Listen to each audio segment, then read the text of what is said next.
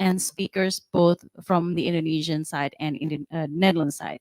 Welcome to the final day of Winter 2024. Time for closing and thinking of our way forward in education and research collaborations between Indonesia and the Netherlands. We have been through 2 productive days being involved in multi and interdisciplinary discussions on education and research collaborations between Indonesia and the Netherlands.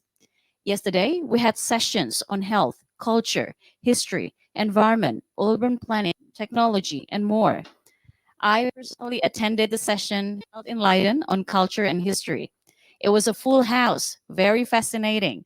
The session on restoration and of cultural heritage building has led to the creation of innovative summer school program that inspires students to explore different narratives underlying heritage restoration.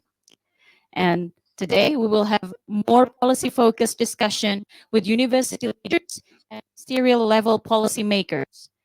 I'm not alone today. There are two other moderators whom I share today's sessions with. There are Dr. Siko Fischer, Policy Officer from Royal Netherlands Academy of Arts and Science, the KNAW, and Royal Netherlands Institute for Southeast Asian and Caribbean Studies, the KTLV. Please give a warm welcome to Siko. And also another one, Dr. Anissa Trianti, an assistant professor at the Copernicus Institute of Sustainable Development, Utrecht University. Please give a warm welcome to Anissa. Siko and Anissa, what are your main takeaways from the past 2 days? Thank you very much, Avi, and welcome everybody. We have such a huge amount of social capital in this network. And it was wonderful to see that on the first day in Diligencia. The opening really exemplified that and was a joyous occasion that really showed me again the strength of this cooperation. And I think the message of the two representatives of the young academies really stuck with me. One focusing on the importance of academic freedom and a vibrant academic culture, and the other one really focusing on the hands-on actual work of working together and creating knowledge and disseminating it through papers, books, influencing students. So that was my takeaway of these days. Nice. What about you, Anissa? Yeah, so I attended one panel yesterday at Radboud University Nijmegen. So it's under the topic of water issues. So it was really fruitful discussion. We discussed about existing problems of water management in Indonesia and also the Netherlands. And also, I think it's very important to think about the solution for these water issues together, which is really the main priority, one of the main priority focuses of both countries. Nice one. Yep. Yes, so now we are live from the Indonesia House, Amsterdam. This is a very special building, officially reopened by Her Excellency Retno Marsudi last week, so on the 17th of September 2024. So for those of you, once this building is the Indonesian Consulate General from 1967 until 1976. But it stood vacant for decades before His Excellency Ambassador Meyerfast actually led its restoration after the 2020 decision to revive it. Now, Indonesian House Amsterdam is the largest and also the most comprehensive Indonesia promotion center abroad. With every Indonesia and very much our host and ambassador of Indonesia, very generously and also for hospitality. Her Excellency Ambassador Meyerfast, who today is represented by Minister of Information, Social and Culture, and Education and Culture Attaché, Prof. Agus Setiabudi. Thank you very much. We would also like to welcome Mr. Herbert Kunz, Director of International Policy from OCW, from the Ministry of Education, Culture and Science, the Netherlands. Thank you very much for making the time to be with us today. And just like yesterday and the day before, our session will be streamed via Ring Central live. So good morning to our digital audience in the Netherlands, and selamat siang to those of you in Indonesia or in other parts of the world. believe it or not, the sun started shining here in Amsterdam, so we are basking here. An hour ago, it was raining. It's a small monsoon season. There are 4 interesting and interactive sessions today in our program, and some surprises are thrown in for good measure. We have a session on higher education leadership and management, the challenges for mutual cooperation. Then we have a session on nurturing impact of strategic partnerships between Indonesia and the Netherlands. We will look back at 5 years journey of Winner because it's our first lustrum. And we are, of course, will be looking for ways forward for an impactful research and education collaboration. Yeah. Avi, over to you. Thank you. So I will guide you to the first session, which is higher education leadership and management challenges for mutual cooperation. This session specifically highlight the achievement and of higher education institution leadership management challenges of existing cooperation between Indonesia and the Netherlands that are geared towards mutual benefit. The speakers will share how the practice of strong management and leadership in Dutch and Indonesian higher education institutions could lead to the accomplishment of both teaching and research missions, enhancement of collaboration between universities, as well as internationalization of higher education programs more broadly. In this session, we're honored to have 3 panelists with us.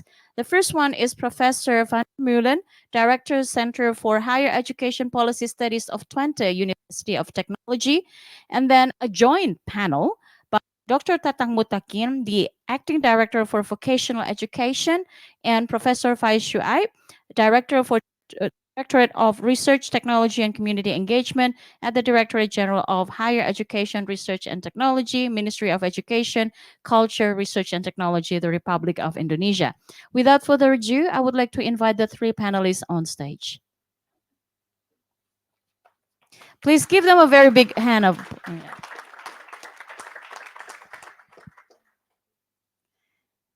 Thank you very much. Okay. I believe that all the panelists have their presentations loaded to the committee. Okay. I will give the first session to Professor Van der Meulen. Over to you. Thank you.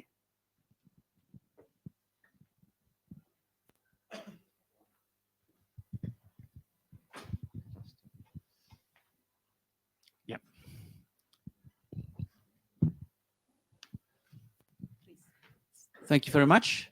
And thank you for inviting me. This is a real, well, a real challenge for me. I might be the only one in the room who's never been in Indonesia. But I feel a little bit home because just around the corner I lived when I was a student. So it's not completely strange to me here.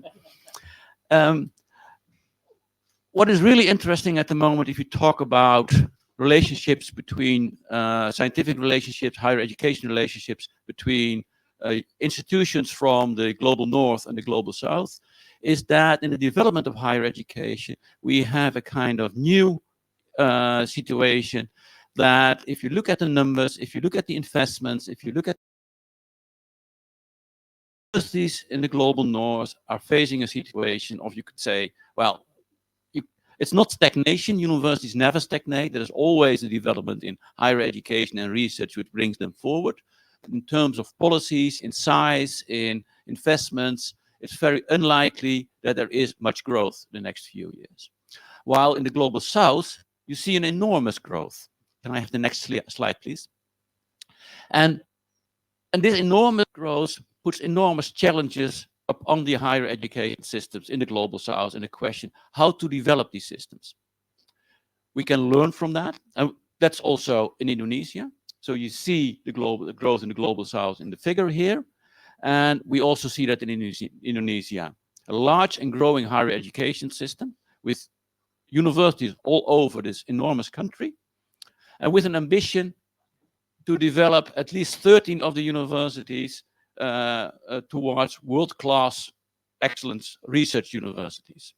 And this is an important notion because this is a notion that has been developed since around 2000, has been developed by other countries like Indonesia earlier, and we can learn from them, and we can learn from Dutch experience what's happening and what is needed in order to accomplish this necessary growth the higher education system, and not just a growth, but also a transformation.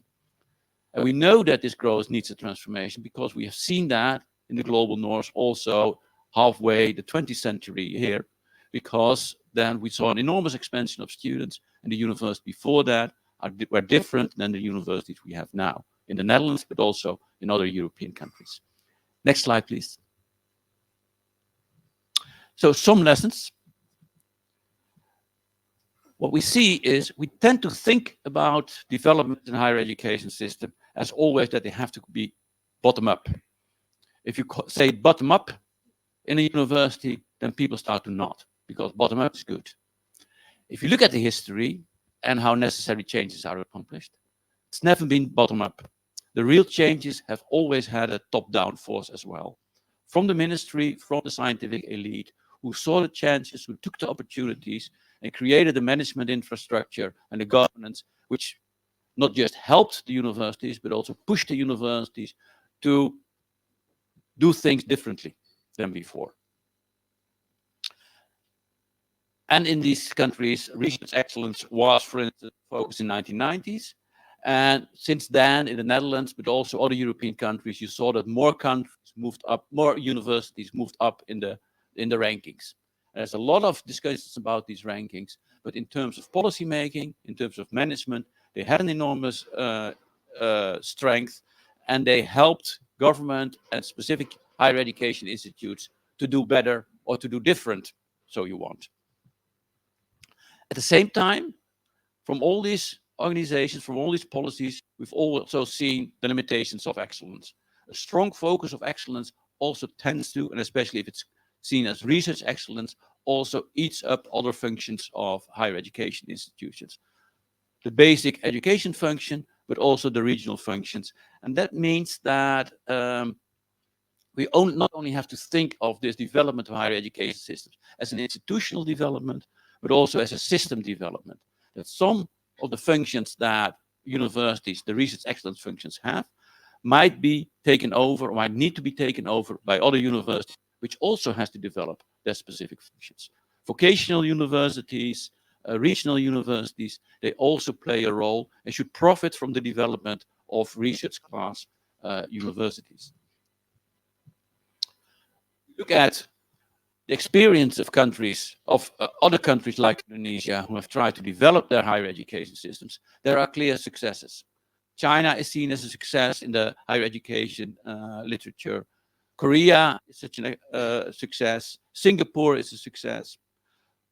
Some call Saudi Arabia also a success, but that is a bit difficult because you can see that it's a success because of the enormous amount of money that is spent, and it's a kind of success which is bought from outside, a bit what you see by Manchester City in the football leagues. It's not homegrown, but it's bought from outside, and a lot of countries not afford that kind of success. So in terms of a example, though Indonesia has a flourishing economy, I don't think that they have the money for developing the universities as Saudi Arabia has. But you see from other countries who try to do that, you see it's a real struggle to maintain this focus. That it's not just a policy for 4 years, it's not just an impetus for 3 years, but it requires a long time policy and attention from government, from the higher education sector, and from the ecosystem around that, from industry and public institutions, which are also important for a university ecosystem. So it's an action that required at many levels. Next slide, please. There are 4 factors which are seen as key for developing an approach which helps these 13 universities, and in the wake of these 13 universities, also other universities within the ecosystem, to improve, to do different and better. That is talent. Are the universities able to attract, recruit, and retain leading academics and foster a culture of international mobility and research? Increase the quality of the influx, being able to select the best students to the programs, and especially at master and graduate level. resources. Critically, it is that those talented people who are come to the university get the time and the resources to develop research programs, have an infrastructure for that, and have access to a diversity of funding, because diversity of funding not only creates creativity, but also creates a level of competition, which we always say that academics only work for curiosity, but as soon as you create competition, there is also a kind of competitive attitude to academics, and they're not only doing it for curiosity only what they are doing. They have a motivation. They have a motivation for the topics they research for. They might have a motivation for societal challenges, but they also have a personal motivation, which is more spurred by competition than by just giving them money.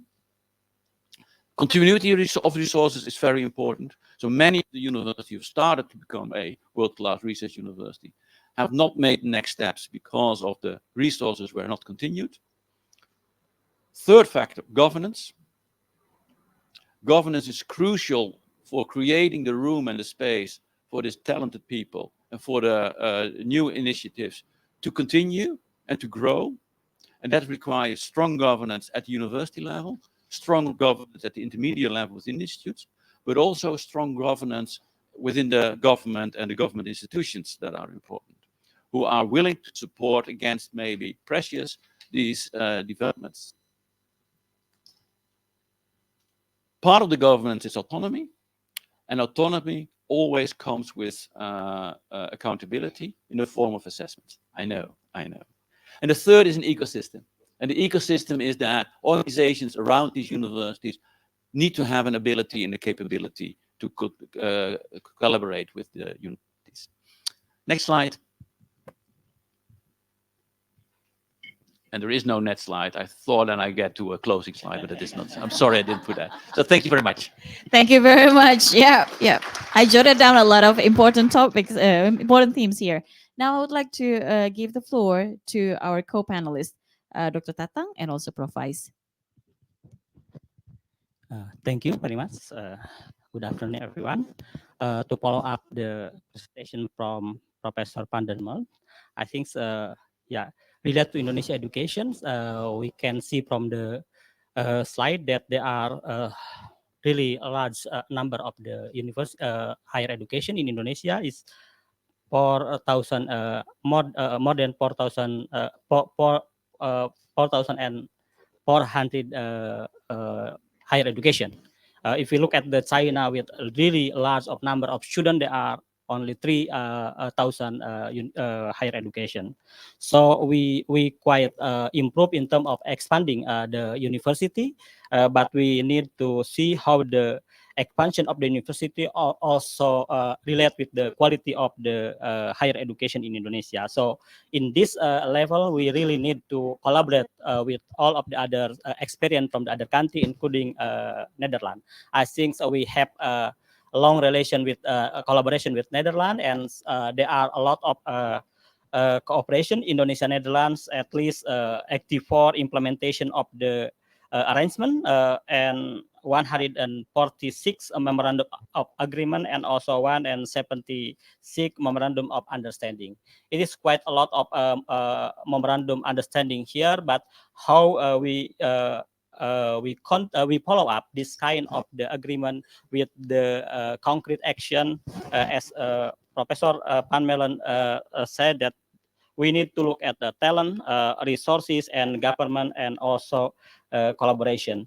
We see that we now have some kind like grand design for national talent management as a presidential decree. We already have at least 130,000 talent pool in Ministry of Education, and some of them already sent to top 20 university in the world. And hopefully next year, 2025, we return to Indonesia, and hopefully some of them will become either as a lecturer and also researcher in Pak Agus Institution BRIN. So based on this situation, I think we need to see the experience of the Netherlands, how we can manage the university to improve better. Especially there are some university already have ambition for the world class university. Not only the academic university, but also we see how to improve our vocational education in higher education, like applied sciences or polytechnic. This is a very important experience in the Netherlands when the ecosystem already builds better in terms of the relation between polytechnic or applied sciences with the industry. And then we also discussed yesterday with the DG, Mr. Hoffman, about the how to manage the lecture.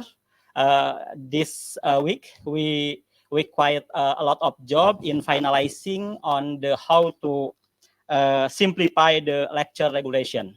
The next 3 February, we will socialize how to make sure that lecture in Indonesia will reduce in terms of the what kind of the administration staff. Based on this regulation, hopefully the lecturer can really focus on to improve the teaching and research and also the services to the community. I think that's in my side for the more detail. My colleagues profiles will be adds. Yeah, provide. Okay, thank you, Pak Tatang. Very good morning, everybody. No, in very short time, I try to briefly introducing about the profile of our university in Indonesia and also some example of collaboration between Indonesian scholar universities and the Netherlands. I believe that most of the Dutch scholars know well about Indonesia. Indonesia is half of ASEAN in any aspect, from the area, from the population, from the economic circulation, or etc. So we believe that Indonesia should be the something very important in Southeast Asia. So to leverage it, so we have emphasizing to develop the quality and relevancy of our higher education. So higher education very important to convert what we have to become a production, so can leverage our economy. So because of that, as Pak Tatang said, maybe Indonesia have the plentiest number of higher education in the world, maybe. In my number, near to 5,000 universities, polytechnic or etc. in Indonesia.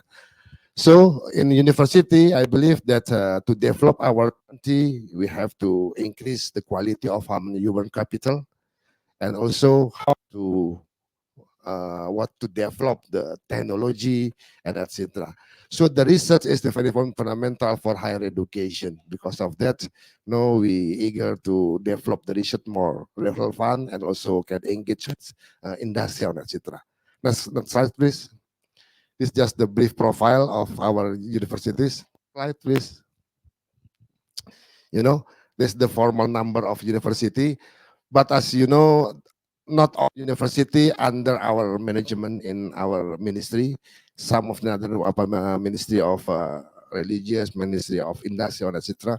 In under our ministry, maybe about 3,000 university. And also now we have two stream of higher education, what we call academic university and vocational. In Netherlands also the same pattern, university and college or applied science. In our side, in academic university is now 2,101, in which in our water management and also in vocational about 1,200, I think, in Indonesia.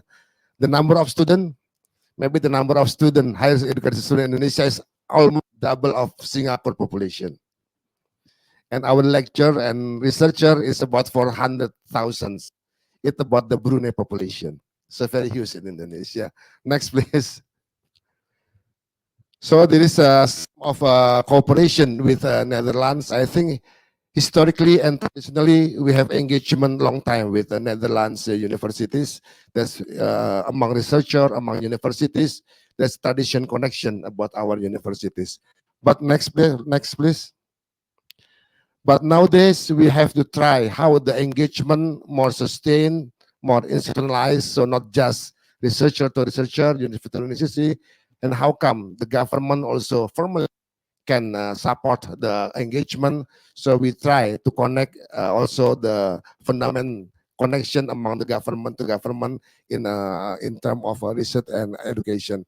This is the if we concern about the number of university, if we talked about what the position of Indonesian university among the world, like this. Next.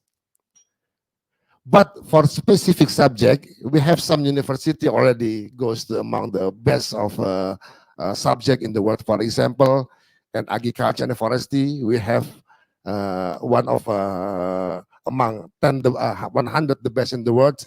For example, IPB, now the rector is here.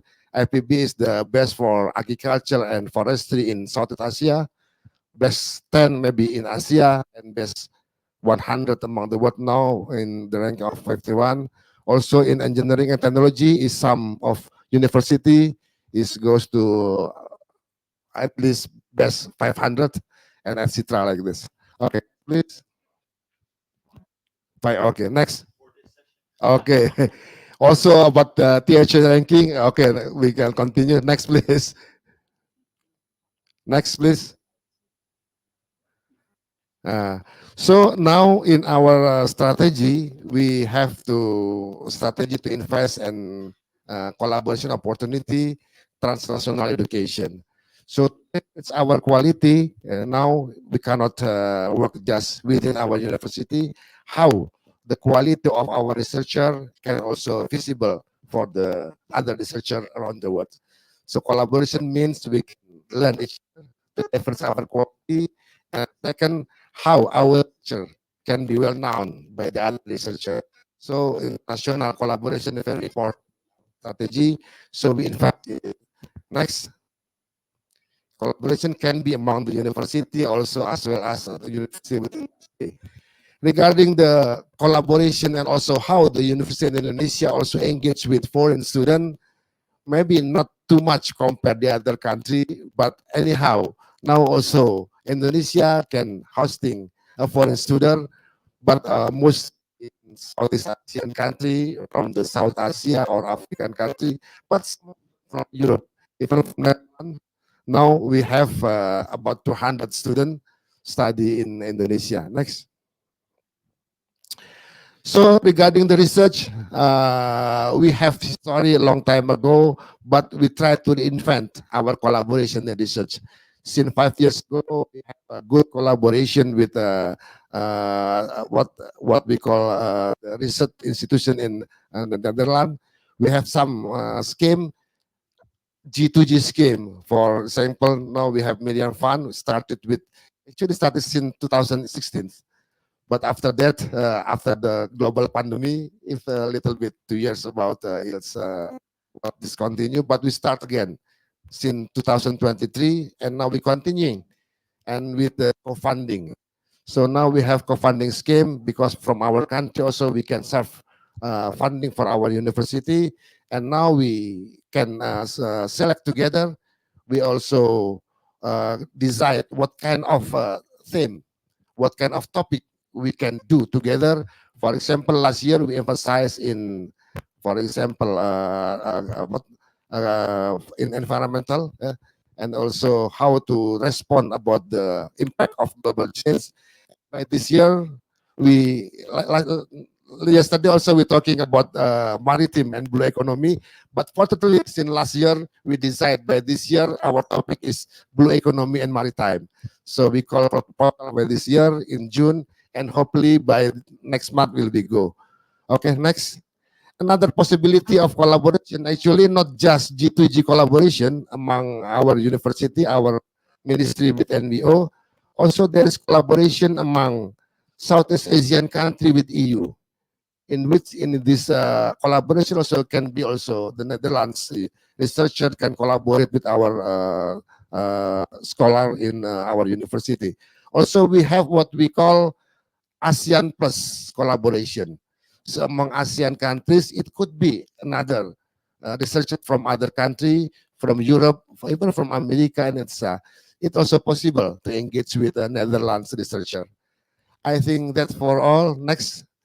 Yeah. Say some, for example, now we have with Delft, IPB with Wageningen, Yeah. and also will be another university. community engagement. I think that's for the very Thank you short very time. much. I'm so Thank you sorry very because much. we have an all pack agenda. I hope we can continue the discussion over coffee or over lunch today. I'm afraid, audience, we don't have time for Q&A. And let's thank the three panelists. Big welcome for them. Yeah, thank you. Okay. Yeah, you may now be returning to your seat. Thank you very much. Okay. The next session will be guided by my two colleagues. Please, all yours. Thank you very much, Ibu Effie. So the second session, the title of this session is Multiplying the Impact of Strategic Partnership between Indonesia and the Netherlands. So this session start with a presentation about the wider cooperation between Kemendikbud, NWO, and BRIN. And we will then give the room to three successful strategic partnerships so between Indonesia and the Netherlands. And there are Leiden Delft Erasmus and Indonesian Netherlands Consortium on Sustainable Futures, or INUCOST, Universitas Gadjah Mada with University of Groningen, and also IPB University with Wageningen University. They will share the milestones of developing such partnership, challenges encountered, strategy to scale up, and larger vision and impact. This session will also highlight and discuss how the impact of this strategic partnership can flourish and also inspire on other institutions in both countries. Thank you, Anissa. After the four presentations, there will be time for questions, we hope. Here in Amsterdam, we'll do that the old-fashioned way with a microphone. And for the online participants, I invite you to post your brief question in the chat so we can see it here and guide them to the speakers. As we said before, we have a very, very full and packed agenda, and to ensure the smooth flow of the event, we kindly ask the speakers to adhere to the presentation times allocated. We will give you a 1-minute warning. I'll be sitting behind that thing over there, so you can't miss me. And unfortunately, we might have to cut you off.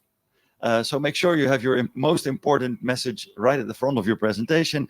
And rest assured, Winner is an ongoing and warm community. There will be time and opportunities maybe to have a standalone event on one of these topics or all of them. So this is really to show your highlights, and we thank you so much for your cooperation. Yeah, we are very thrilled to have excellent speakers from many different regions, both in the Netherlands and Indonesia. So we have speakers from Yogyakarta and also Groningen, Wageningen, and Bogor. And also from The Hague, from Jakarta, and from Leiden. Okay, the first session, we invite back Professor Faiz Swab. You're back up. And also Mike Speakerman from NWO and Prof. Agus Haryono from BRIN. So would you take a seat, please? And you have a combined 10 minutes. We're looking forward to your key points.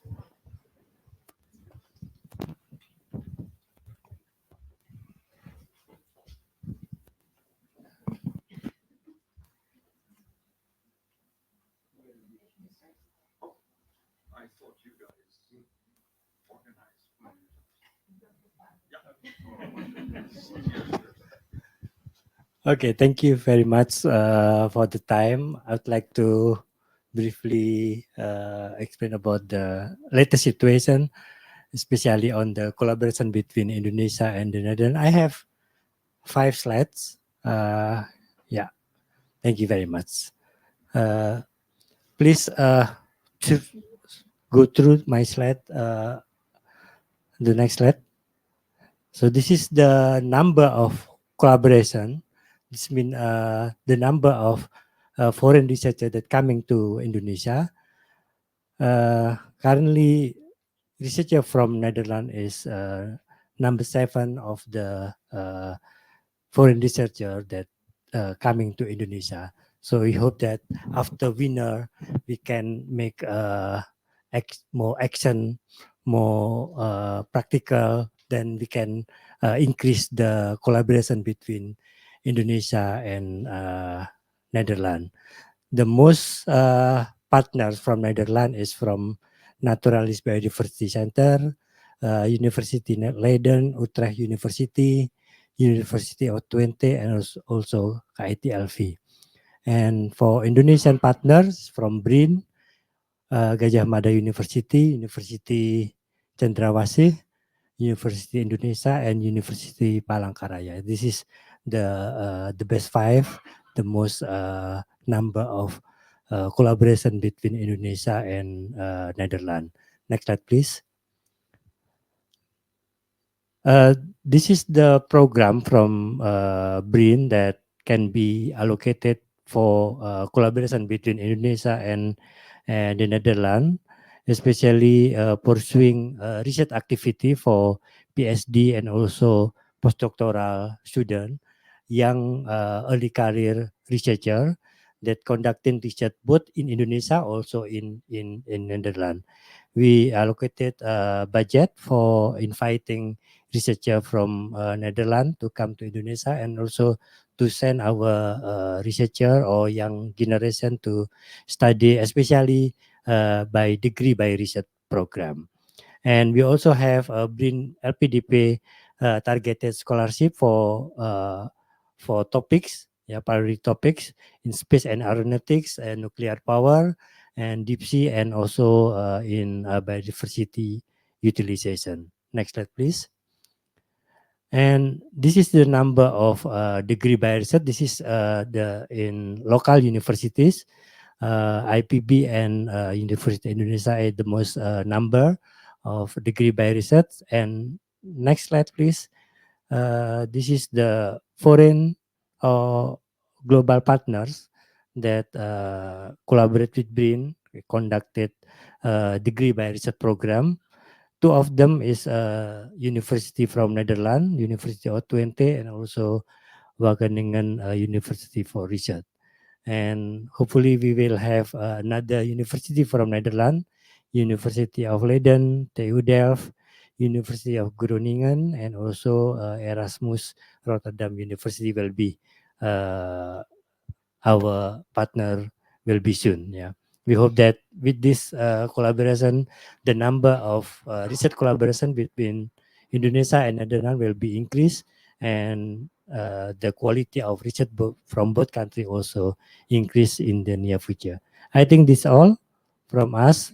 Thank you very much. And for the last slide, this is the available joint platform for collaboration that available right now. And this is also can be utilized to increase the number of collaboration between two countries. Thank you very much.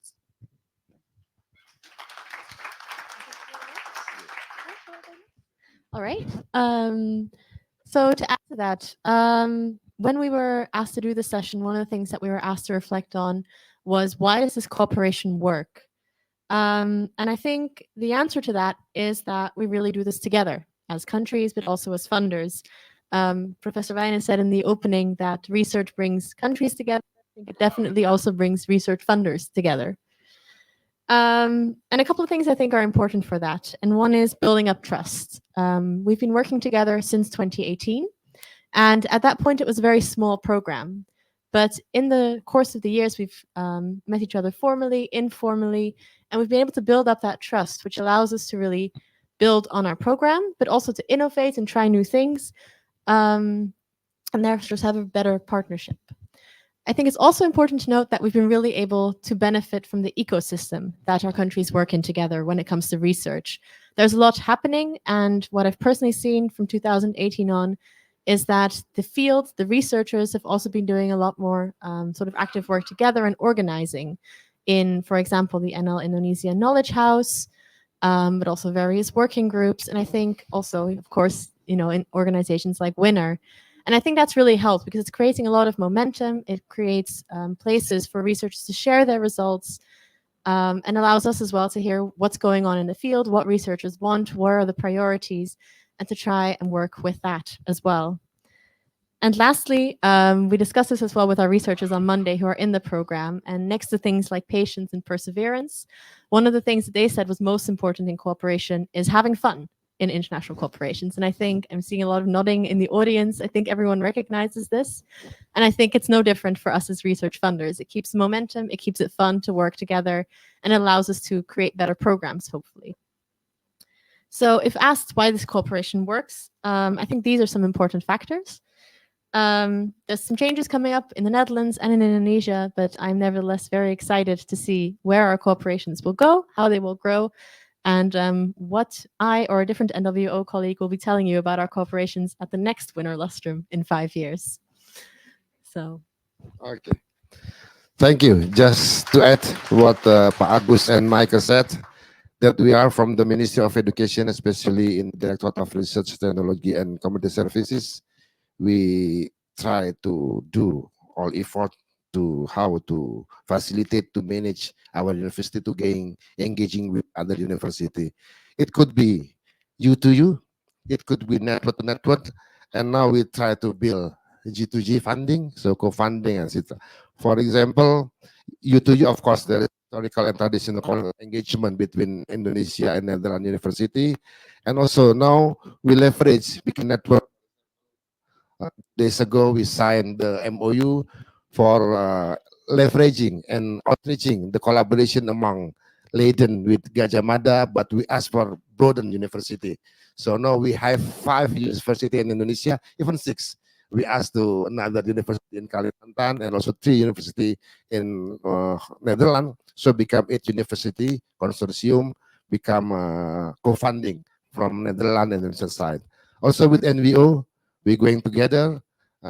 Maybe since last year we have 2 proposals, but this year we encourage more proposal can be funded.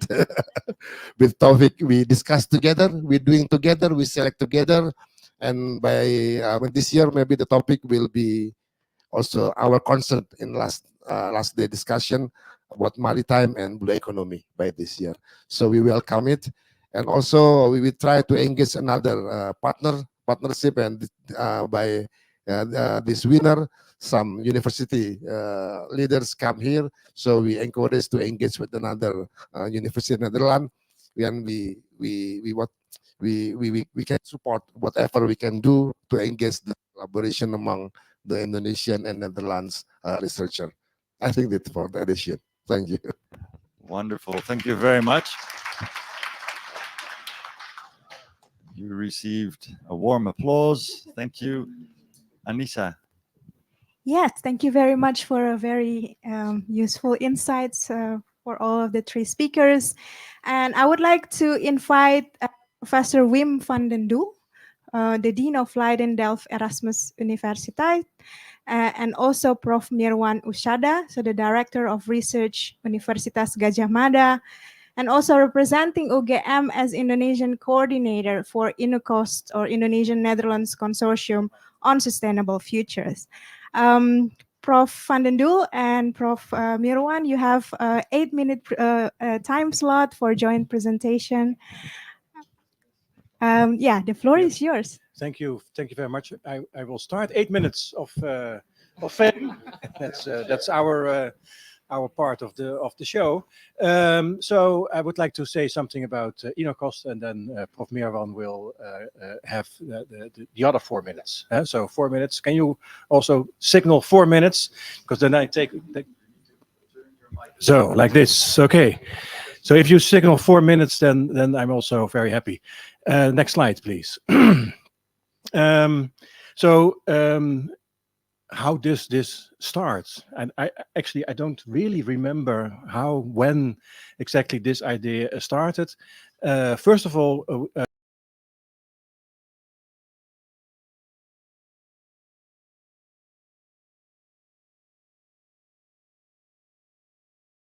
work, and this is not easy. So this is also something you have to do for the long run. So this is a kind of Dutch alliance. You do that for the long run, interdisciplinarity. Then at a certain moment, I think we had a discussion with Prof. Nizam from the ministry, your former Director General, and then we started make a conversation. So can we also do this interdisciplinary work with Indonesia, with a consortium of Indonesia? And this is how it starts. And I think there was a lot of enthusiasm. I think this is the key. Again, why does it work? Enthusiasm. What are the challenges? Bureaucracy. And I leave the Indonesian bureaucracy to my Indonesian friends, but on our side, it's also not very easy. Huh? So, because this is funded from our side, now I become technical, from the first money stream, which is not the same as the second money stream. The second money stream is NWO. That's easy for universities because you get money. The first money stream is internal allocation of funds. Well, I don't go into detail now, but if I say internal allocation of funds, you will realize that's not easy. For instance, right now in Jakarta at UI, we have a minor running, already 20 students there, and 10 students from UI, and we want to expand, so we want to make it bigger. We started without solving internally in our side all the problems, because it's organized by a department. Of course, the money goes elsewhere in the university system, and now I have to get it from elsewhere to this department. So challenges, but we have agenda. The agenda is, you can all recognize the agenda. It's green economy, blue economy, and so forth. It's very recognizable. Secondly, I think what this is also special, we want to involve students. It's not just the researchers, it's also the students. So it is education. I already talked about this minor, the students already now at UI working together on urban futures. So last comment from my side is that this is also, you need the midterm review of this collaboration we'll do in 2060, because this is for the long run. So this is for the long run. You have to do this for another 100 years together. So this is so this how much lustrum is that from winner?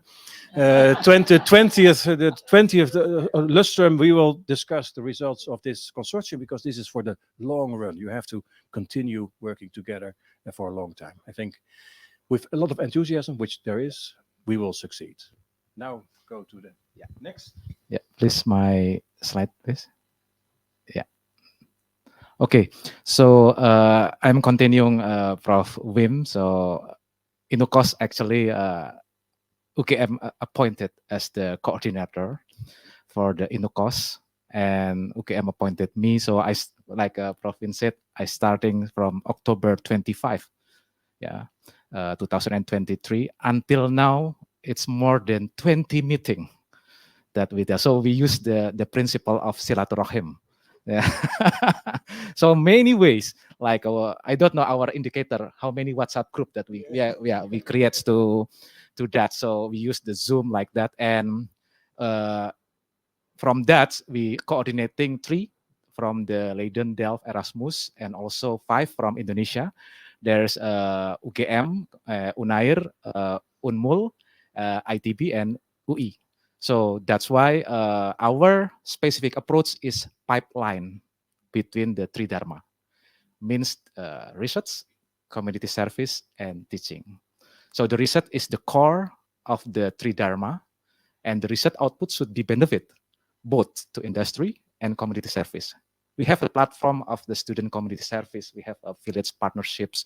We have the appropriate technology, some kind of shortcuts to the benefit to the community and the industry, of course. And based on that, the research result, we bring it to the teaching material to students. So means the student receive the best experience, like Prof. Wim said. There's, for example, a minor and then the master thesis. We also have a massive open online courses, which means that everybody can enjoy the education based on our consortium. And based on that, we have a specific topics mean on the specific locus. And one of the pilot projects is IKN, Ibu Kota Nusantara, as a pilot project, which means one specific problem. Okay, next please. The last slide. Okay, yeah. So we solve the problem on specific locus with a various unique of each university. So it's mean that on the specific locus, we can define the baseline.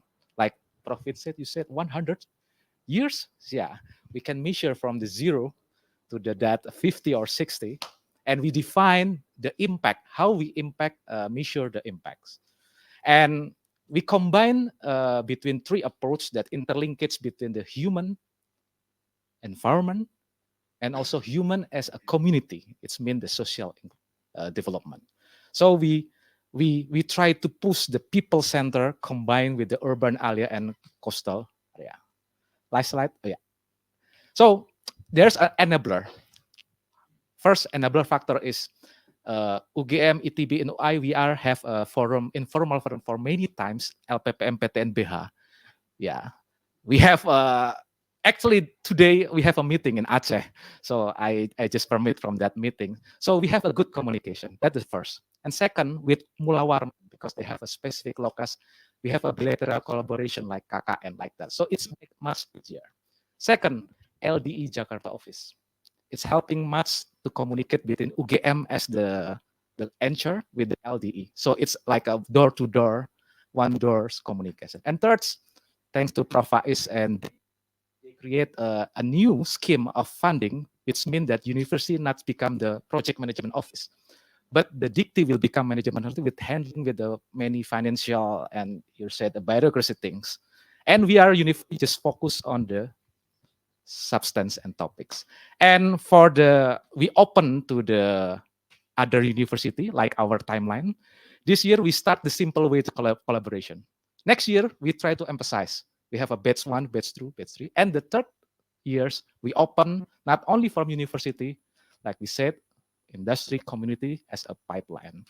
And, you know, as you see that the challenge is matchmaking.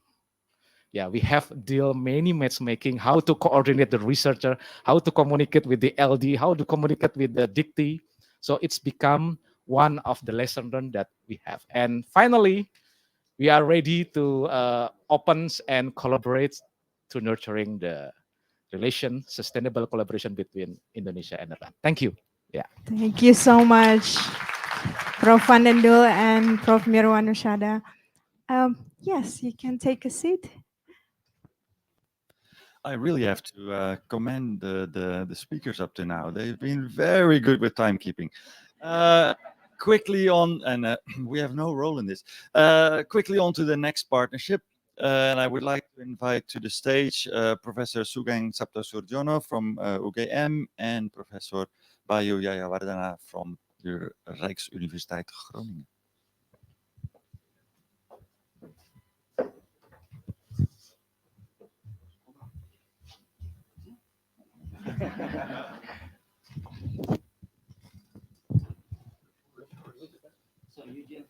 Okay. Thank you.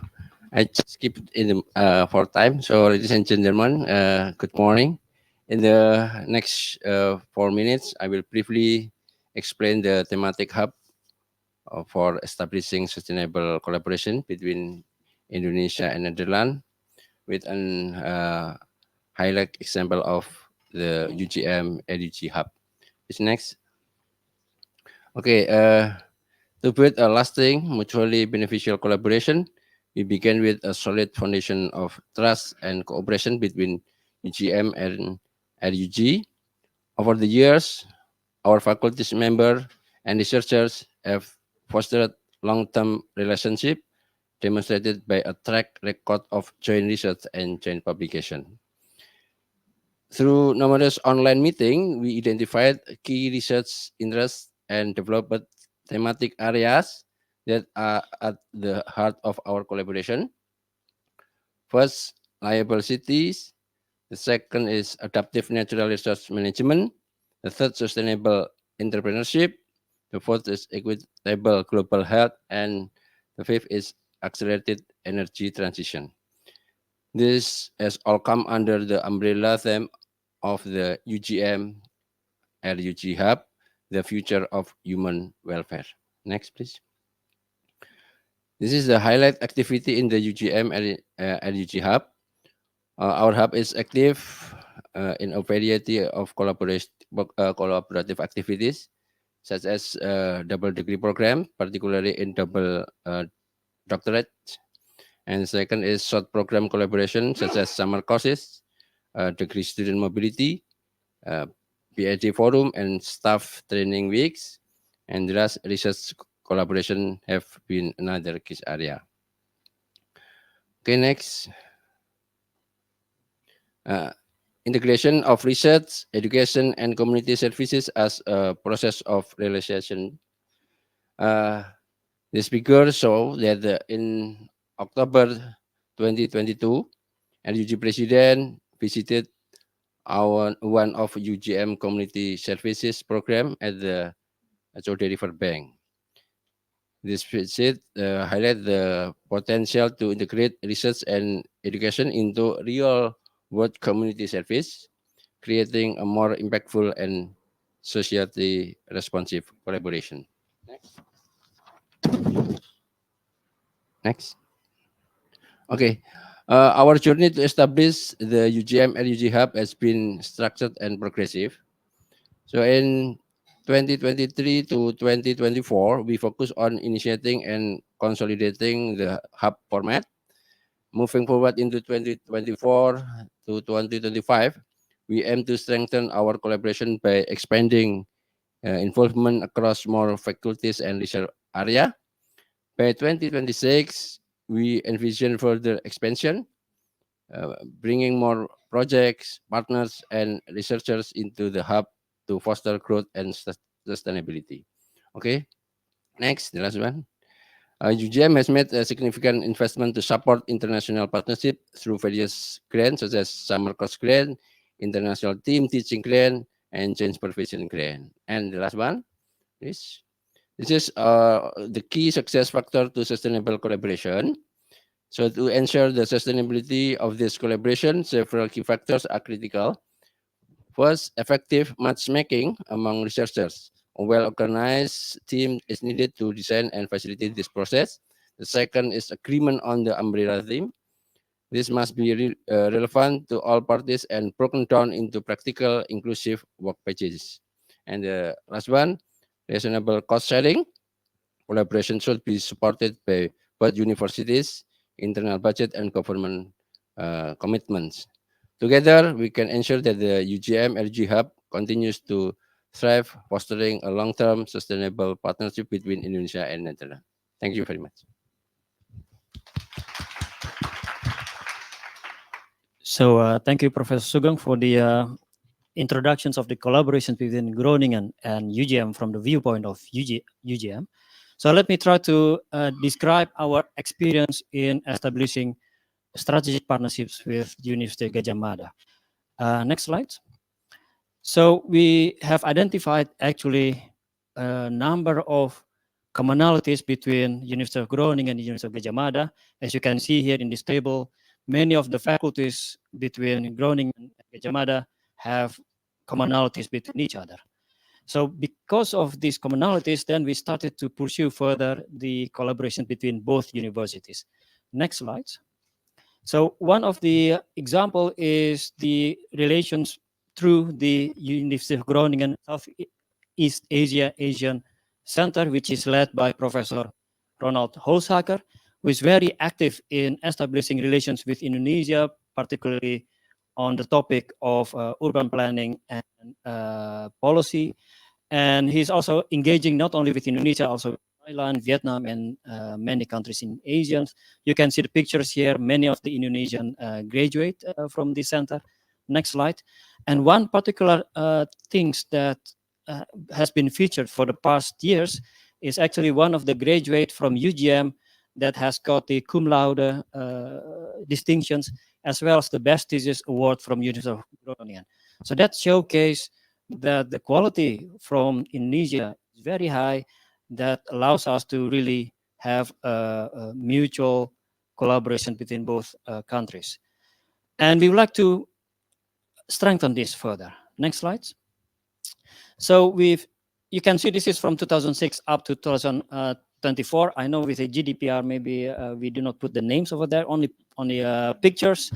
And you can see that we have so many graduates from UGM in University of Groningen and we would like to extend this further in the coming years. Next slide.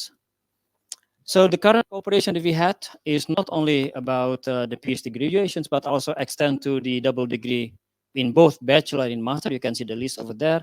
We are more minutes. Okay, student exchange, as well as research in various faculties. Next slide. So we have signed the strategic partnerships agreement, as you can see in these pictures. A lot of a nice experience that we have had in our travel in 2022. Both president and the rector of Gajah Mada has signed the agreement. Slide. And particularly, this is the timeline that we've done from the signing of the strategic partnerships. So we start with signing the strategic partnerships, and then after that, we've done a number of mutual discussions with the launch of Hub for Future Human Welfare, as Professor Sugeng has mentioned. And recently, we've conducted the summer school on hydrogen technology, as well as the signing of the agreement for the establishment of Hydrogen Valley, Yogyakarta, which is a copy of Hydrogen Valley in Groningen. And we would like to extend this further in the coming years. Next slide. So this is the report of the summer school in August, where we signed the agreement. Next slide. And this is the nice pictures that we had during the summer course, where a lot of companies, public companies, are participating as well. Next slide. And this is the next step, as Professor Sugeng has mentioned. So the Hub for Human Welfare, a number of key teams, and we will conduct this further. And Professor Nizam sat together with me in our beautiful aula in Groningen over there. Next slide. And this is the key targets. We have a lot of objectives. Next slide. And this is the core team for the Hub. So we have identified the core team. Next slide. And thank you. Dank u wel. Terima kasih. Thank you very much for those insights in the workings of a good partnership. And Anissa, over to you for the fourth and final one. Yes, thank you, Prof. Bayu and also Prof. Sugeng. Yes, I would like to invite now Professor Dr. Arif Satria, the Rector of Institute Pertanian Bogor, IPB University, and also Professor Dr. Henk Hoogeveen, Professor Animal Health Management at the Business Economic Group of Wageningen University and Research. Again, just to remind you that you have 8 minutes slots, and yeah, the floor is yours. Thank you. Assalamualaikum warahmatullahi wabarakatuh. Good afternoon, ladies and gentlemen. Thanks for inviting us to share about the collaboration between IBP University and Wageningen University. Of course, we are proud of Wageningen University as our partners because Wageningen University now has become #1 in the world in by subject agriculture and forestry by QS, and IBP number 51. So IBP number 7 in Asia and #1 in Southeast Asia. So I said to the rector of Wageningen, please bring IBP to pin number 10. It's enough for me. And we will let Wageningen #1. IBB and Wageningen partnership has grown over time and focusing on global challenges in agriculture, food security, and environmental sustainability. Through research, education, and outreach, they advance knowledge and promote sustainable development in Indonesia and beyond. The research collaboration between IBB and Wageningen has been long-standing and fruitful, particularly in the field of agriculture. And until now, in the past 10 years, IBB and Wageningen have produced more than 70 co-author publication. IBB and Wageningen have been involved in numerous joint research projects addressing various agricultural and environmental challenges. And this project involves faculty members and researchers from both institutions working together to develop innovative solutions and technologies for sustainable agriculture, food security, and environmental conservation. And some of the current or most recent projects include the area of sustainable palm oil, smart Indonesian agriculture, forensic tracing of tropical timber, and building the resilience of marine protected areas in tourism destination, and more recently established the collaborative study for resilient healthcare system, co-funded by the Indonesian government and NWO of the Dutch government, and sustainable aquaculture. And now several other potential collaborations are underway. Just yesterday, I have lunch with the rector of Wageningen and explore and identify the potential future collaborations, especially for coming research. Especially after the next months we have the new cabinet, we have new presidents with focusing on food security, school meal, and we try to have the collaborations on that issues. And IB and Wageningen are collaborating on capacity building initiative to enhance research capabilities and technical skills among faculty, researchers, and students. And this include joint training programs, workshop on research methodologies, and skill building courses. They have also facilitated student exchange, allowing students to study abroad and gain practical experience in each other's research facilities and agricultural landscapes, fostering international understanding and collaboration among future agriculture professionals. Ladies and gentlemen, the key success factor for collaboration consists of four main strategies. Yeah. Investing in interpersonal relationship to enhance collaborations are essential for building trust, fostering camaraderie, and strengthening team bonds in a collaborative environment. These practices between IBB and Wageningen ensure open and direct communication. Focusing on scientific approach for problem solving rather than the specific scientific problem means emphasizing the process on methodology of the problem itself. To become complementary and avoid overlap between expert and focus on strategies, identify unique strengths, foster open communication, and set collaborative goals.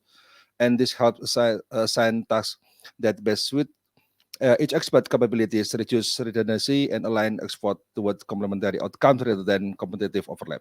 And IBB and Wageningen design inclusive collaboration with other partners that promote innovation, participation, and trust by promoting diverse representation and creating welcoming environment.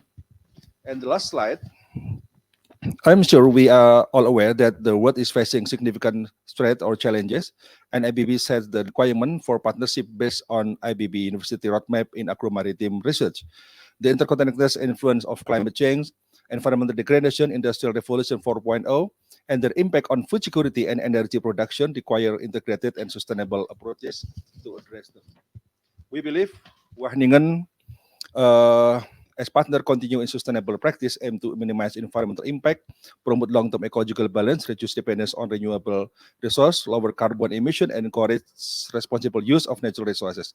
IBB always looking for partners that having a holistic approach, and IBB always searching partners that provide problem solving is a systematic approach to identify and resolving challenges to achieve specific goal, fostering improvement and innovation in personal and professional context. Thank you very much. Thank you, Pari, for the very nice words. And when I was in the train here, I was thinking, okay, who would have thought that 12 years ago, I got in a plane for the first time to the Far East, as we call it often, that I would be here trying to explain why we are collaborating so nicely. We can keep the slides as they were, by the way. Because I'm not a rector, I'm not representing in that case our university, and I would like to say a few words more a bit from the personal experience. Why from the Dutch side would it be so nice, and if you can continue a few slides, then with that. Why from Wageningen, or from my perspective, what is required to successfully collaborate with IPB University? And that is first and foremost shared interest. Very important. And in the 2 slides forward, yes, next slide. That means an intrinsic motivation of the PIs. Intrinsic motivation to work on shared problems. And very nicely said by Parif is that, well, for our perspective, we should work on problems, problem-oriented research. And of course, those problem-oriented research, and that's a clear demand from I guess, not only Wageningen, but also many universities, that is also good quality research. And it's very well possible. I kind of look back at the publications of that I had with my Indonesian PhD students.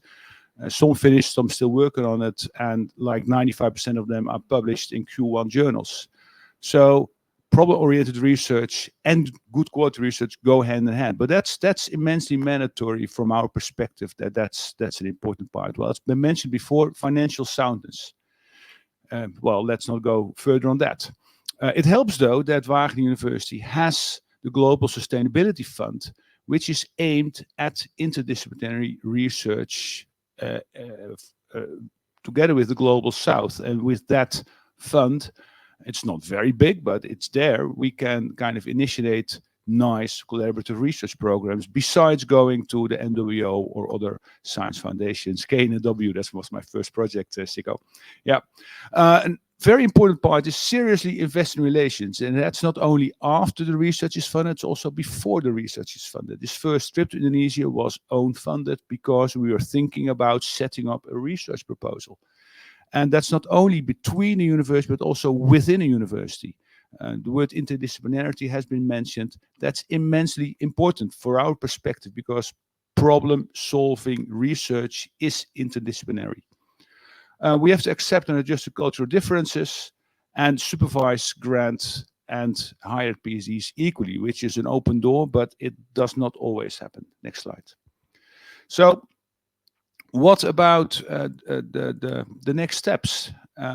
Potential expansion collaboration. Well, it's there already through the collaboration with IPB University. We collaborate with many other universities in Indonesia. And what we are doing as well is, given the programs we had, we keep them in place even after funding quits, because the programs often are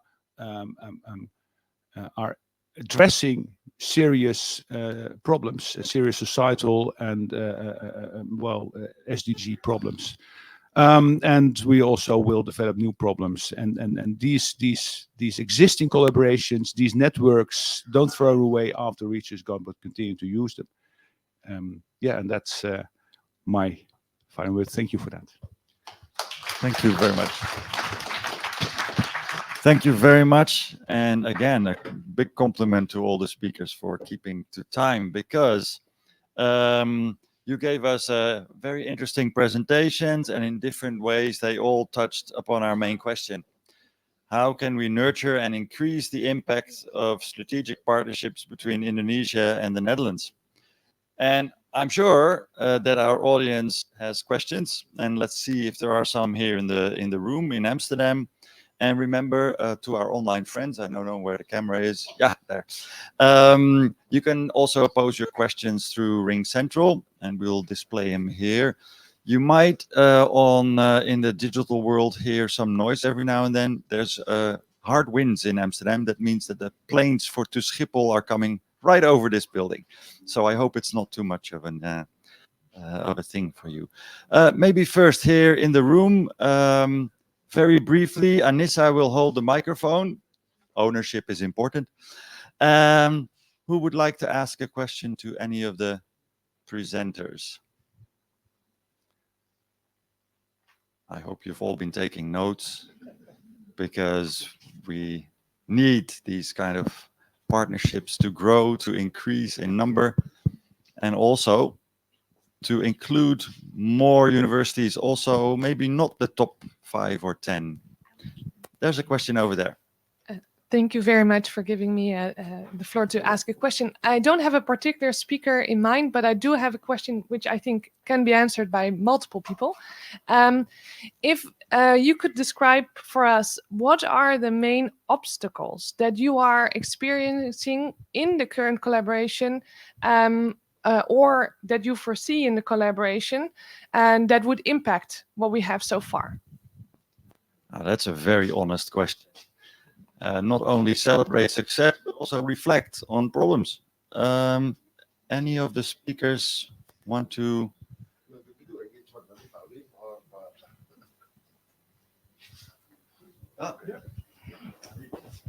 Yeah, thank you. Regarding obstacles, we have the one experience when we initiate the projects on in REF, especially for smart agriculture. In the first year, in the contract, there is the compulsory for partner, especially for APB, to provide 20% of from budget counter budget. Indeed, it is one of our obstacles, but we have the solutions, because we have the close collaboration with LPDP, and then we come to LPDP, and then LPDP provide a special budget for our collaboration. So it is based on our experience. Thank you. Prof. Wim, I think you wanted to add. Well, I think there are no problems which cannot be overcome.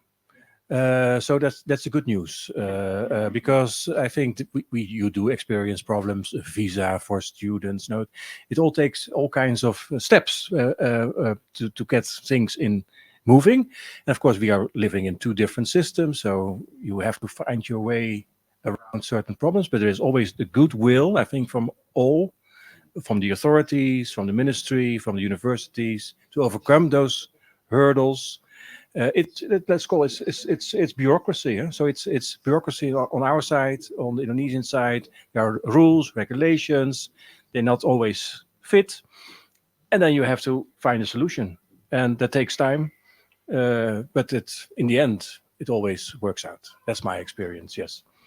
Indeed, where there's a will, there is a way. Any other question maybe here in the room? Yes. Thank you. My name is Din Wahid. I'm from State Islamic University in Jakarta. Very simple question to Professor Faiz. Do you think you have a collaborative project between Indonesia and Netherlands on research? Do you think you can include the universities not under the administration of Kemdikbud? If not, do you think you can talk to my ministry, for instance, to include my non Kemdikbud university? Thank you. It's very frank question, of course. Yes, yes. Actually, as Siko said, there is a will, there is a way. But actually, regarding the regulation, of course, our budget can goes primarily to our university. But it's not impossible to engage in other university. For example, we can engage with Delft. Why we don't can engage with our university in Indonesia like that? And another also, actually, our endowment fund, there is now basically 4 endowment. LPDP, there's partly become 4 endowment fund for education, for research, for culture, and by this last year maybe there's also for the special for the Ministry of Religious. And another also from BRIN, I think there is more because research budget is maybe 80% is BRIN. We only 20% which cover 2,000 more of university. Maybe Pak Agus can explain. There's still more budget in BRIN actually and can engage everybody, isn't it? So it's Pak Agus. Yes, because the budget from we can understand because the budget from Ministry of Education dedicated only for education purposes, then managed by Ministry of Education, and the budget from BRIN is dedicated for all of the research innovation activities, not only for BRIN itself but also for universities, for even for public sectors.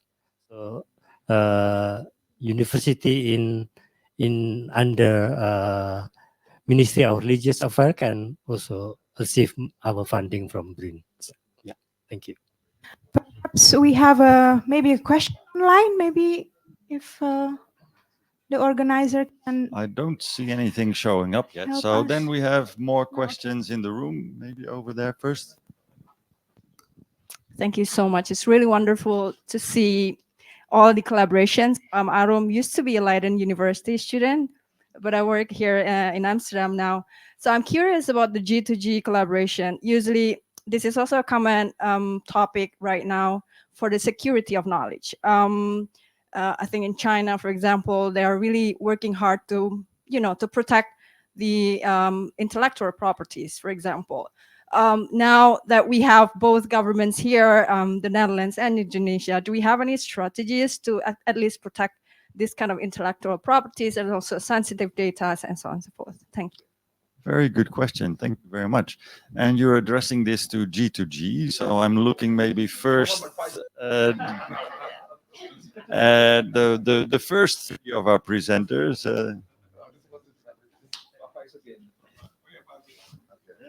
Okay. Okay, later on maybe Pak Agus because Pak Agus's brain is small.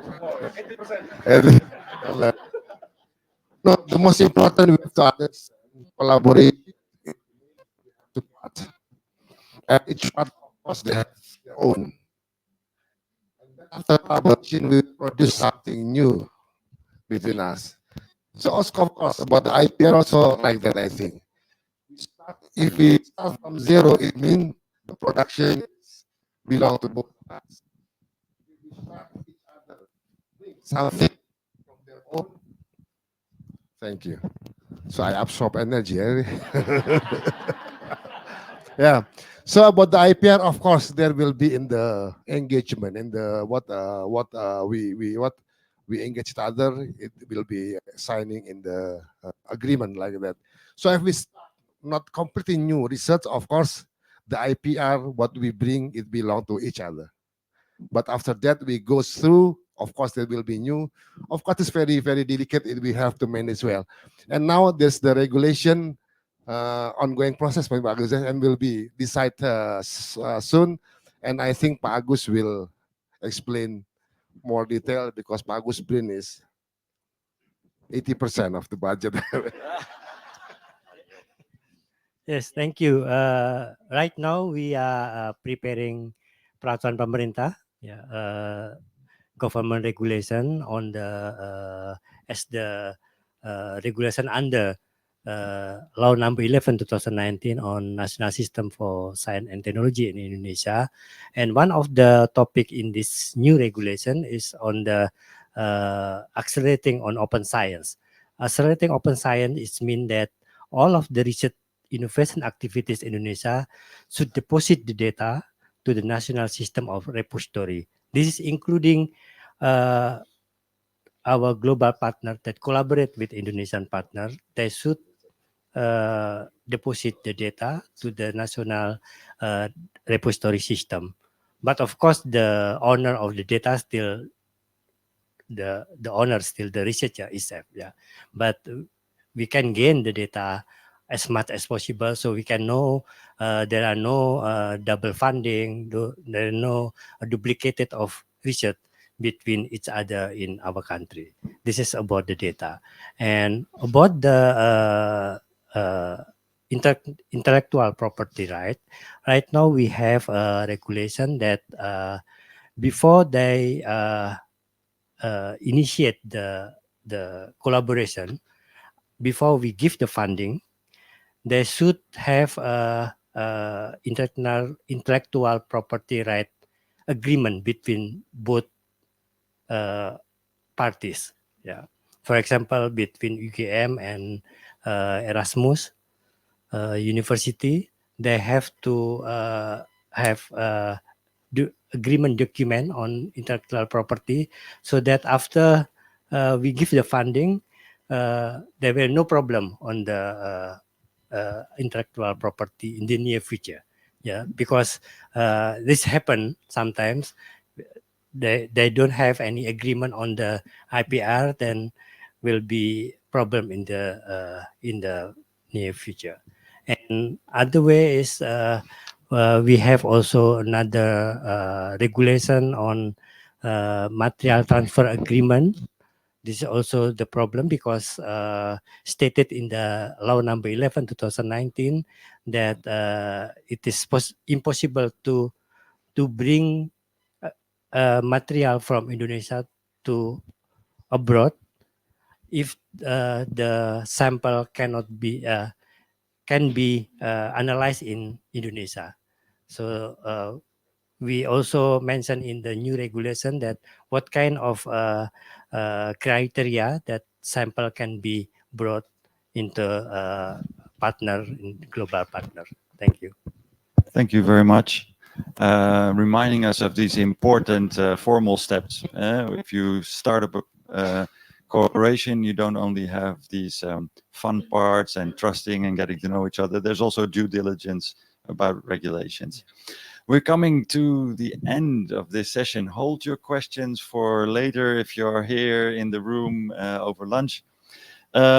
These wonderful examples, they show us the best practices in cooperation, and they showed honesty in also reflecting on the difficulties and how to overcome them. They're all based, I think, on long-term relationships between institutions and, more importantly, between people. individuals. And it is this longevity and the personal familiarity and trust as key factors for success that are my main takeaway. And what caught your eye, Anissa? Where there's a will, there's a way. Already mentioned 3 times. You started by you, Siko. And I think also very nice to hear that there is this willingness to expand and to continuously working on the collaboration further. It's very nice from some of the presentation you mentioned about upscaling, about involving the unusual suspects. Yeah, we're looking forward to hear more about the progress of this collaboration in the next. Definitely. Let's continue to have fun together. That's another main takeaway. Avi, the next session is yours. Right. Thank you very much. Give a warm applause for the previous session presenters. Thank you for bringing a very inspiring session, Anissa and Siko. Sustainable cooperation requires indeed stamina. In this case, which is continuous commitment, resource sharing, and of course, multi-stakeholder synergy. We also need to ensure that our cooperations do not leave anyone behind. Being inclusive is in fact central to richer and more impactful cooperations. Now, we shall hear more inspiration for new initiatives of cooperation. Let's invite to the floor, to the stage, Dr. Rafiaska Hillman, who will discuss ideas for advancing artificial intelligence for society with a focus on collaboration between the Netherlands, in this case, VU Amsterdam, and Indonesia. Let's welcome Dr. Rafiaska Hillman. You have 5 to 7 minutes, short presentation, and then hopefully we can have one burning question and answer. Thank you. All right. Good morning. Selamat pagi. Well, nog goedemorgen. Though it's already like a third days on the week of research between Indonesia and the Netherlands. And in this closing sessions, I'm Rafiaska Hillman. Just for clarification, is University of Amsterdam, UvA, instead of VU. But still, we are the community, like big community of academic activities and university in Amsterdam. And also here today, I would like to pitch on the idea, what should we bring to the future for the next collaborations that we already sitting over years and still counting on. And for this very occasions, I also would like to invite Gabriel Purwabinata and also Adela Pranindiati. Please raise. I think, yeah. So those two are my colleague from University of Amsterdam. Adela is actually the project manager for ALICE, EU framework for machine intelligence. And also Gabriel is scientific engineer at one of the lab of information retrieval lab. And if I could go to the next slide, then we see very first step is we would like to capture the ecosystem. And the ecosystem of Dutch AI is actually based on this what's called as quadruple helix. And we also recognize the presence of the government, the industry, community, and also the academia. And it's quite a really big community and passing over a lot of engagement, knowledge sharing, knowledge creations, and specifically targeting for AI.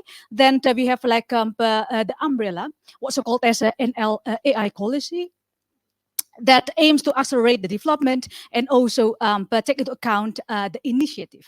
And then at the national level as well, we have like strategic actions stipulated by the government on AI, and also what will we do regarding to the generative AI that has been quite pervasive in the recent years.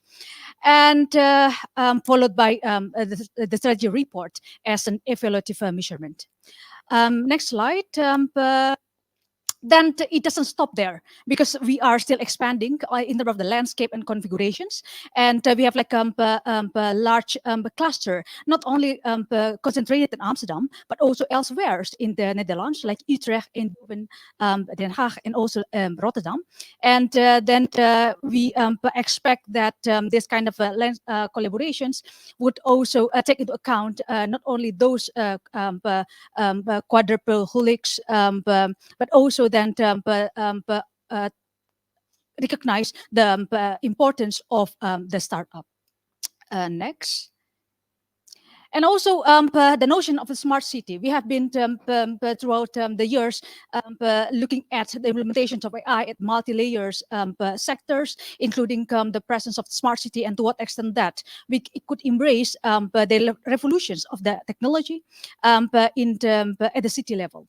And it's not only the matters of doing research, but also enhancing the cooperations with a lot of partners like municipality government of Amsterdam, and also some other businesses, companies, and I would like to still take into account but the importance of technology for people. Next. And the second part of this very brief overview is actually regarding to the state of the art of AI research. And University of Amsterdam, actually, we also are focusing on the development of AI at the very frontier, not only at the providing educations at various level, but also in terms of the assisting the policy from with the government, and also expanding the spectrum of the research. And when we talk about AI, it's not only the architecture of the technology itself, but also then how could we respond to very notions of data and society, social goods, and fintech, and also business, and not only that, but also the term of social dynamics that representate in AI and politics. And as I mentioned before, the partnership, what we have been going for all the years, including ALICE at the European level. And those are the lab. You could check there, the lab with quite specific and dedicated field or sector driven by AI in the university. Next. And also one of the lab is actually called Information Retrieval Lab. And but the very motivations behind this lab is actually then to how could we collect the data and then retrieve the informations and then synthesize the data to make it meaningful and then useful for enhancing the research.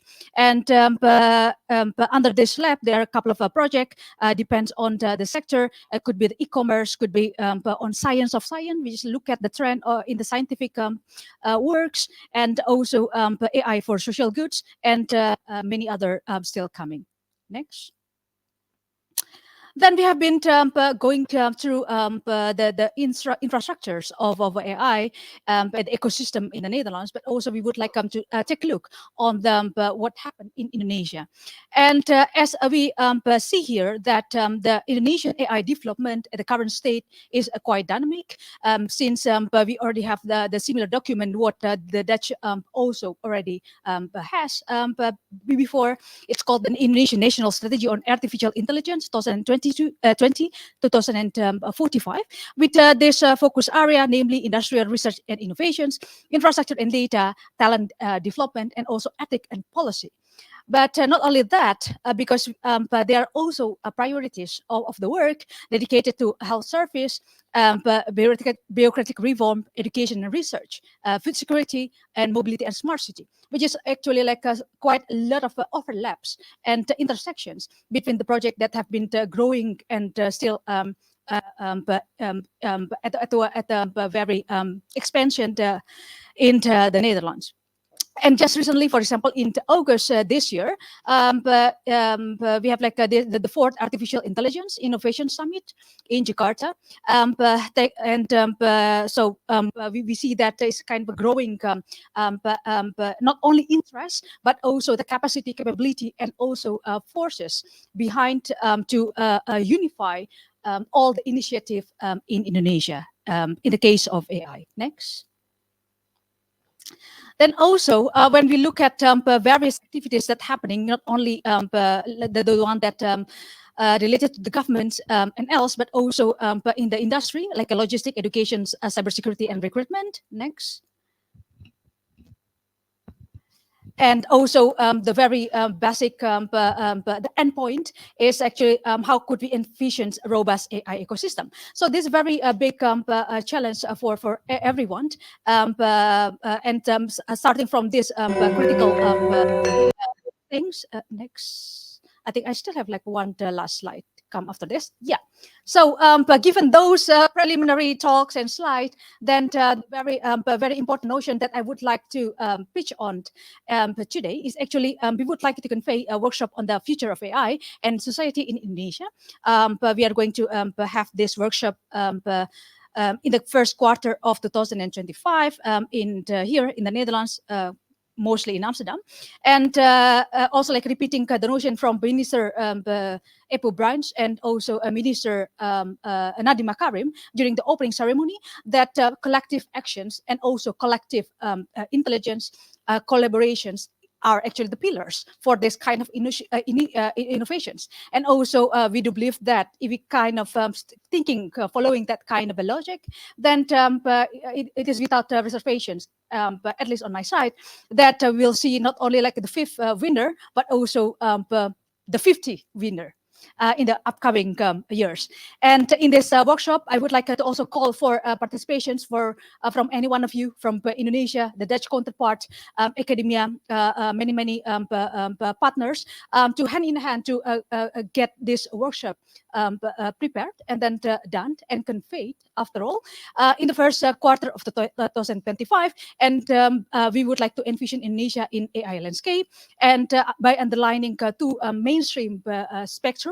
First is AI for science, and then the second is AI for public sector and businesses. Next. Then please join the force, and I would like to welcome you to the workshop, and then to sit these further collaborations for the next upcoming winner. Next. And please also don't hesitate to reach us. But we already have the website, and then please visit the website. And then if there's kind of interest among the audience participant, then we are more than happy to have a talk about that. So thank you very much. So yeah, I hope this will break new ideas, innovation in the future. Very interesting. Thank you very much for the pitch.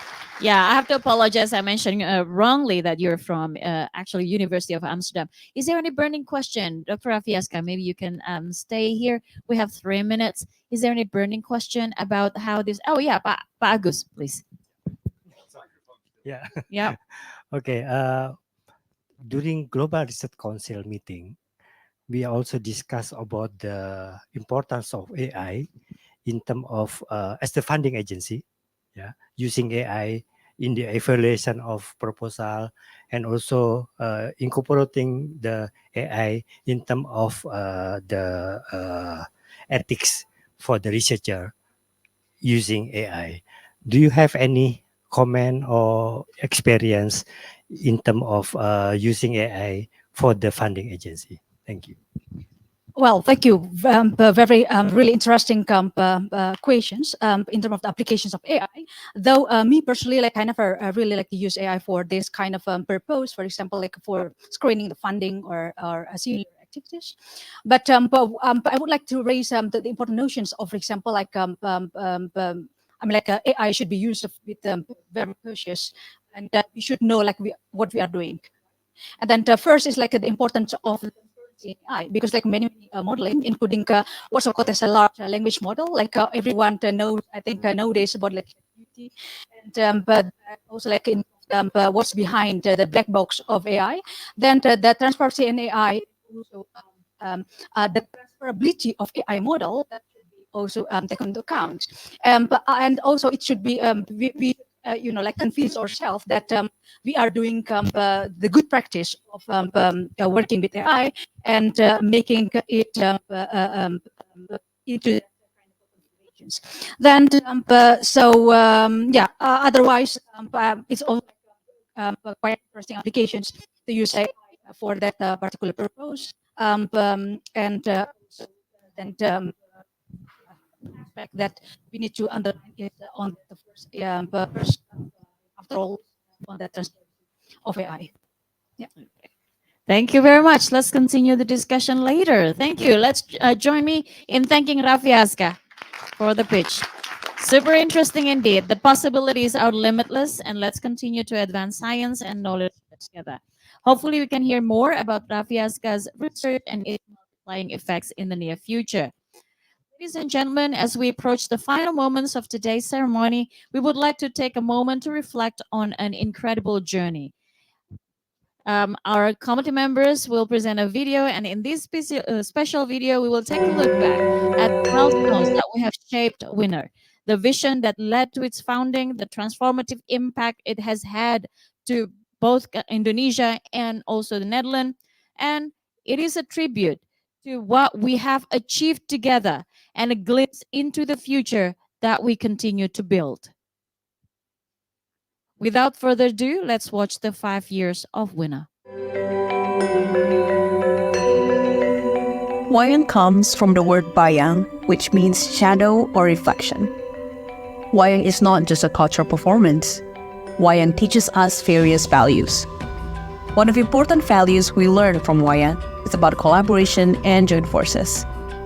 Pandawa, the 5 brother warriors, could win the war called Baratayuda by putting together all the power, expertise, and resources and finally defeated Kurawa, the 99 brother warriors.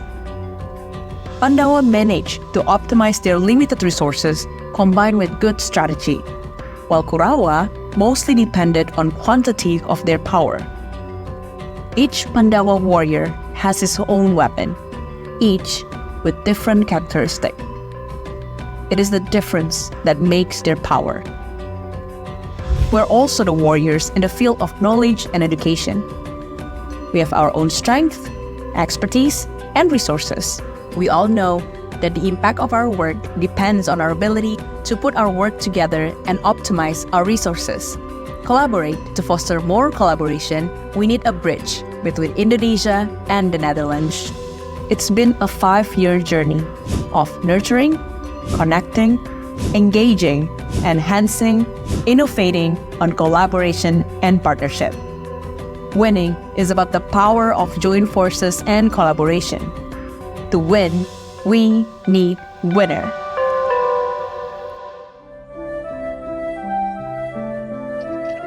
Hi, this is Evi. To me, the week of Indonesia and Netherlands Education and Research or Winner has left a very deep impression in me. As a member of Indonesian Young Academy of Sciences, one of the organizers of Winner. The event has been a vibrant platform for showcasing the diverse array of academic talents, cutting-edge research, and innovative educational initiatives from both Indonesia and the Netherlands. Winner's commitment to nurturing collaborations between the two countries is commendable. It provides a unique opportunity for scholars, researchers, and policymakers to come together, exchange ideas, and forge lasting connections. Moreover, Winner has demonstrated how collaboration between two countries can lead to tangible outcomes and drive positive changes in the academic and research landscape. New Winner's attempt to maintain diversity in the speakers lineup and selection of topics. It not only enriches the dialogue and perspectives shared during the event, but also highlights the importance of embracing different voices and ideas in shaping collaborative efforts. Indonesia and Netherlands knowledge collaboration covers a very broad scope of academic disciplines. You will find interactions between institutions and researchers in social sciences, religious studies, technical studies, and so forth. This wealth of engagement has been at the heart of driving Winner over the past 5 years. I am proud and very happy that NUFIC has been at the center of organizing Winner.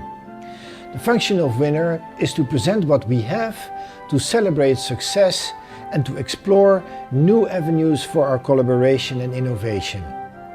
Winner has also been a platform where questions related to education itself were addressed, and there has been room for both the research and the applied sciences.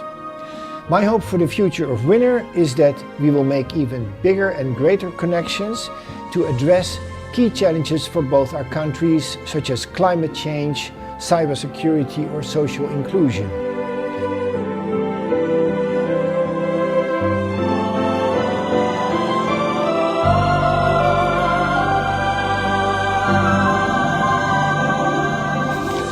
Jasmine is not tulip. Jasmine is small, but it can spread its fragrance across the earth. It is always present at every important moment of life. Weddings, births, celebrations, and deaths. Jasmine knows no season. It blooms anywhere and anytime. Tulip is not jasmine. Yet, it is also special because it only comes for a short while. Millions of people await the charms of tulips each spring. Its shape is very simple, yet its colors are stunning. Jasmine and tulips are different, but when we put them together, they create unique beauty. Knowledge and science must be collaborated, must also be shared and combined. For 5 years, Winner has been a bridge for collaborations and cooperations world. Jasmine and tulips are different, but they can harmoniously be put together to create beauty and harmony for the world.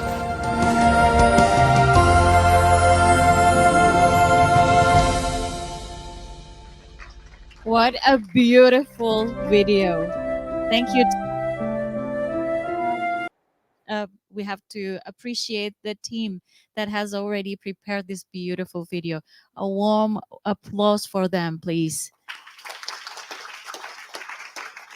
I'd like now to re-invite Siko to join me to moderate the next session, which is a way forward for impactful education and research collaboration. This is the penultimate session of Winner 2024, which marks the 5 years of the program. And then, Siko, what do you get? What is your takeaway for this, and what is it going to be? Well, it's been an overwhelming 3 days, and I think the recurring message is that working together is really a social endeavor.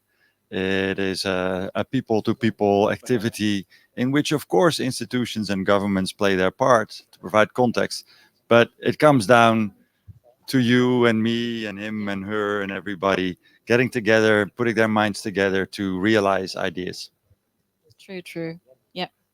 So, what's next? Let me see. Where are Yeah. we? There. Yeah, we are Okay. here. Yeah. We have to check our notes. Thank you, Avi. I am actually excited at this point. What our two attachés have to say about what's next on the table for Winner. And in this session, we shall invite Yvonne Klerks, who is the Science and Education Attaché at the Embassy of the Kingdom of the Netherlands in Jakarta, and Pak Agus Setiabudi, Education and Culture Attaché at the Embassy of the Republic of Indonesia in The Hague, to provide their reflections on pathways towards impactful research and education, keeping in mind the bilateral cooperation between Indonesia and the Netherlands. Right. Okay. Ivona and Pa Agus, you watched the video. Very heartwarming, right? Okay. What is your main takeaway from the video? Our journey, 5 years of Winner. Yeah, shall I start? Okay, thank you very much. Thank you for this opportunity. Siko, you just mentioned it's been overwhelming, also for me, right? Overwhelming 3 days, so many things going on. Also, when you see the people here on stage today, I mean, what to add to that?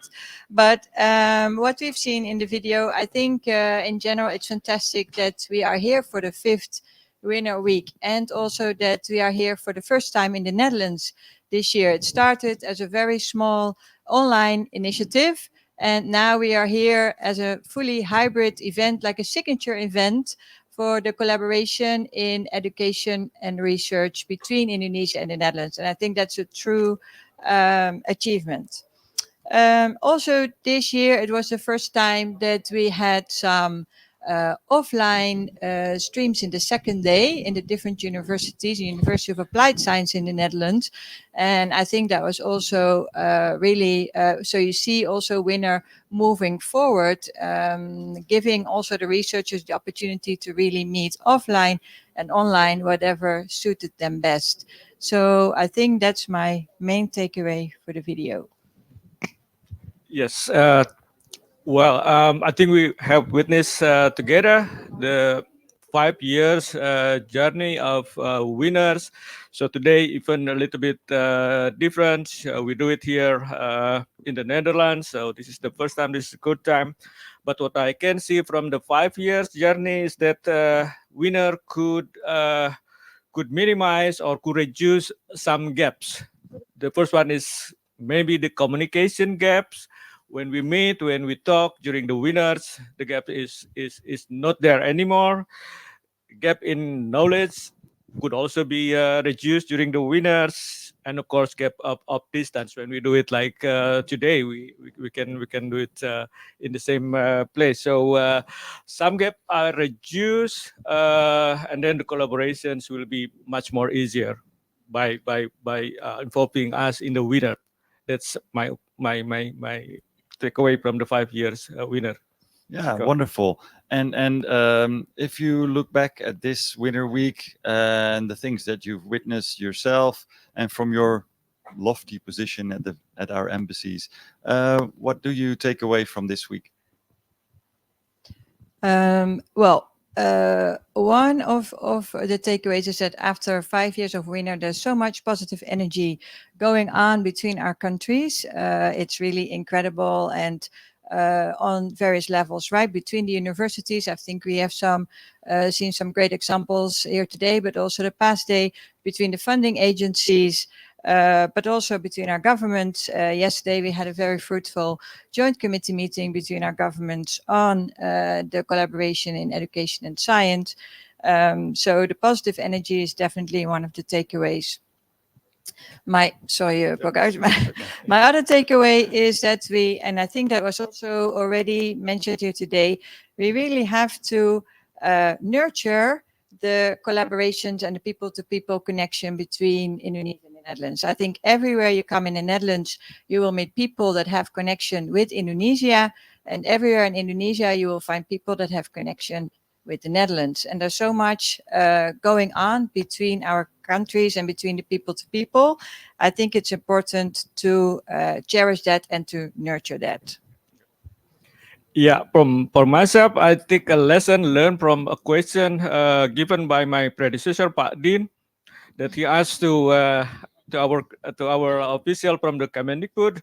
So actually, the question could be answered and the discussion could be done in Indonesia, but it happened here. So Kemenak, Ministry of Religious Affairs, and Kemendikbud should talk more on how to improve the education, how to improve the research within our university. So again, winner is a good moment to talk, not only for Indonesia and the Netherlands, but also among Indonesian parties that take happen also here in the Netherlands. Yeah. Thank you very much. And one last question for you both is what's next? Okay. What are your next steps and dreams for the future of collaboration between Indonesia and Netherlands on higher education and research? Yes, thank you so much for the question. I think there are so many action points after these 3 days. We've heard so many interesting stories, but also calls to action. So I think also the upcoming years, you definitely want to follow up on these call for actions. And I have a few examples, really concrete examples for you for the next step. One, I think a call to action was during the opening ceremony, people suggested to come up with a roadmap for the upcoming years on the collaboration in education and science. So I think that's a very interesting one to take on board. And the second example, in my view, is that it would be brilliant if we can further intensify the cooperation on mutually beneficial thematic areas in education and research, aligning with the priorities of both our countries in bilateral but also multilateral collaborations, and also involving all levels of education. So TVET institutes, universities of applied sciences, research universities, via maybe straightforward ways, but also via innovative ways, such as living labs, joint minor programs, online learning communities. I think there's really so many opportunities. Third example I would like to mention is that we really have to nurture not only the people-to-people connection, but also the relationship with our partners in our countries. So, for example, for the Netherlands, the relevant ministries involved, NWO, RVO, KNW, NUFIC Southeast Asia, the Netherlands Knowledge House, the industry. As was mentioned before, it takes teamwork to make the dream work, right? So we really need to collaborate. And last thing I want to mention is that personally, I would really wish to welcome more Dutch students to Indonesia. We saw the numbers. You're far, how do you say that? Before us in terms of Indonesian students in the Netherlands, but I really would have also my wish to see more Dutch students coming to Indonesia. Yes, from my side, we really see that there is a need from a lot of Indonesian universities to get engaged to collaborate with the Dutch universities, not only the traditional one that we have already seen this morning, UGM, Groningen, Wageningen, and IPB, but among the 4,600 universities in Indonesia, they are waiting to come here to be engaged with the Netherlands University. So that would be my way forward to how to bring them on board on the collaboration between Indonesia and the Netherlands. But one of the problem perhaps we could say we have seen for those universities is that we see kinds of gaps in terms of, let's say, management in higher education, management and leadership in higher education. So from my point of view, there is a need for us to do to develop the capacity of Indonesian university so they can be lifted up and then be part of the Indonesia and the Netherlands collaborations in universities. So so that could be there will be my priorities, the embassy priorities. The ambassador has very much concern on that. So we would like to do some kinds of capacity development for Indonesian universities so that they can be on board. I think that's from my view. Thank you very much for these personal reflections on what we've achieved and what lies ahead. And I think I feel both your gratitude for what we've achieved, your energy that you've put in personally as well over the last couple of years. And I'm sure that this positivity and energy from all of us will help us to move forward and nurture partnership and talent. Thank you very much, Ivona and Pak Agus. You can now return to your seats. Oh, Siko, I am now very, very optimistic of Indonesia and the Netherlands cooperation in education and research for the future. Teamwork to make the dream work. Thank you very much for that. And always be certain that when there is a will, there is a way. Okay. And to honor the first lustrum of winner, we have a special performance from Indonesian student. The performance is called Tari Makalangan or Makalangan Dance, which will be delivered by a student, Anissa Retni. The dance is a new creation narrating the struggle, perseverance, and strength. Anissa is a student of Bandung Art Academy or ISB Bandung, who is now doing a 2-month internship in the Netherlands at Arts Organization and Foundation in the Netherlands, Indonesian Embassy, and Indonesian School in The Hague.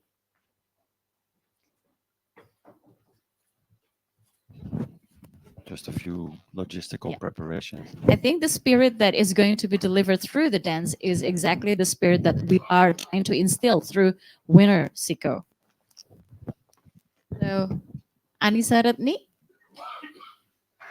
Okay. Ladies and gentlemen, please welcome Anissa Retni with her Makalangan dance.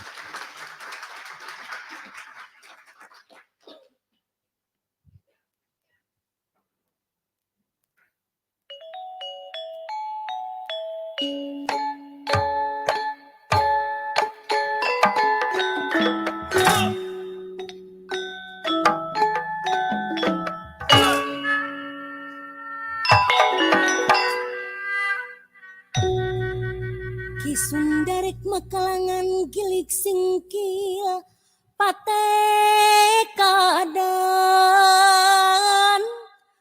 tenung ludang mong waring rang minton ken kabinang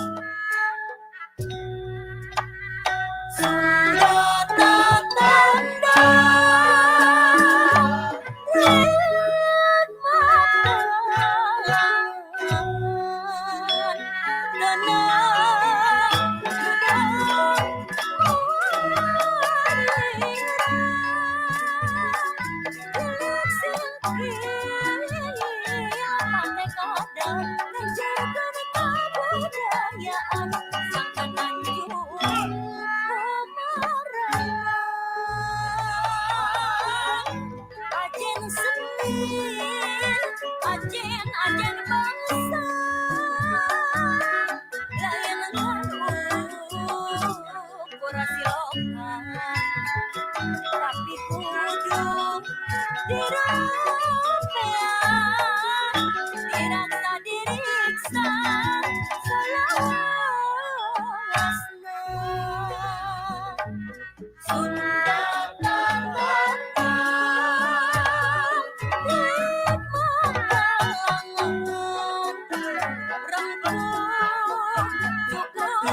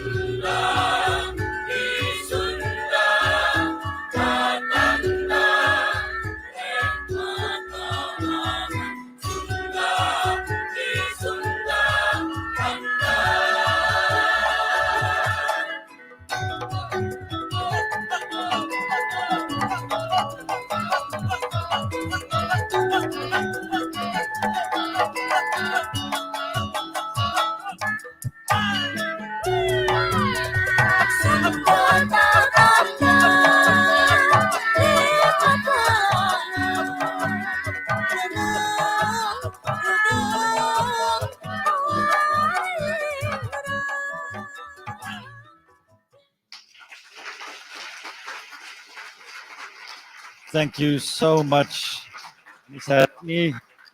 for this powerful yet gracious dance performance that will lift our spirits and will feed our energy even more. To officially close this first lustrum of winner, I would like to request, after the podium has been prepared to a T, I would like to request Mr. Kunst, the Director of International Policy at the Ministry of Education, Culture and Science, to share his impression of Win 2024 and give a closing remark on behalf of the Kingdom of the Netherlands. Let's see whether it fits.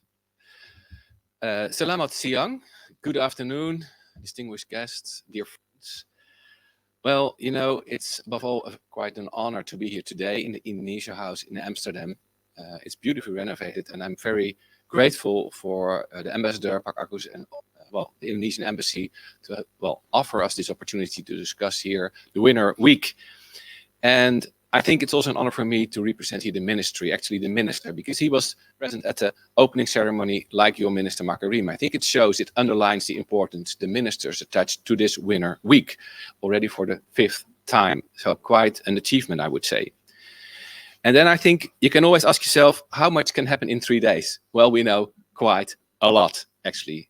I was thinking myself, we have a sort of advertisement saying it were 2 beautiful days. And there was sort of an intern who had done a magnificent job. Well, I would say 3 days of winter. It's even a full week, I would say.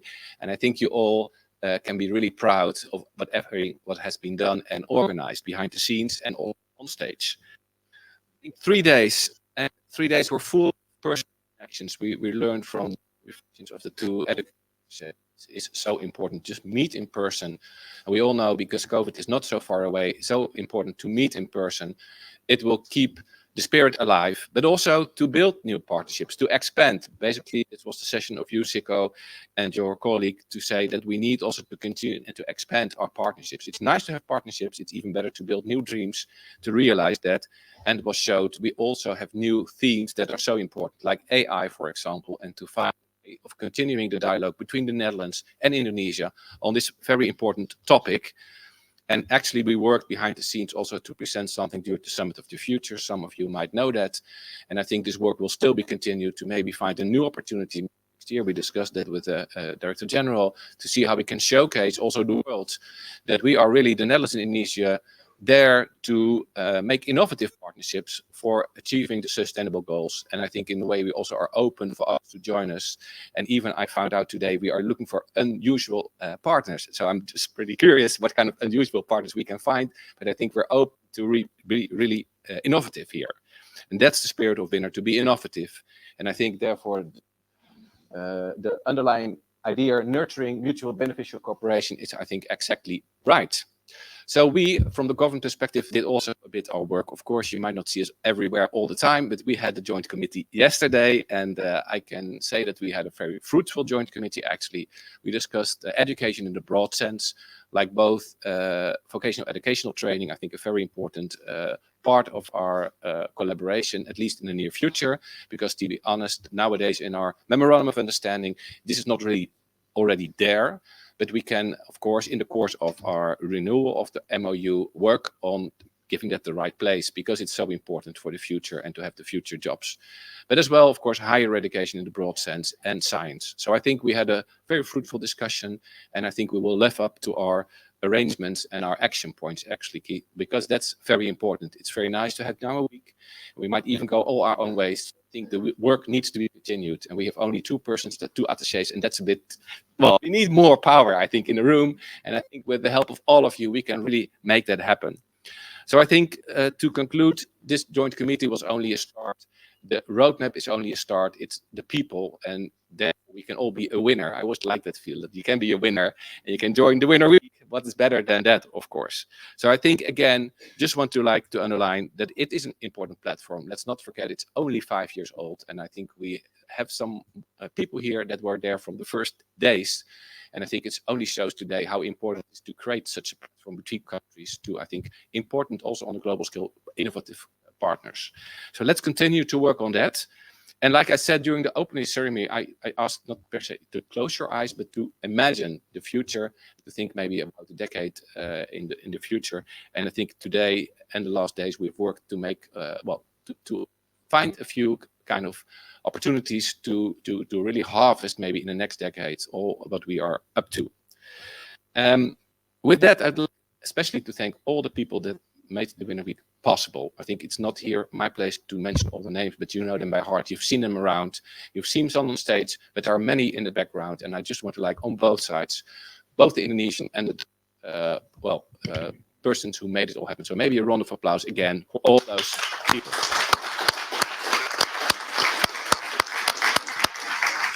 So I'm really looking forward to Winner 2025.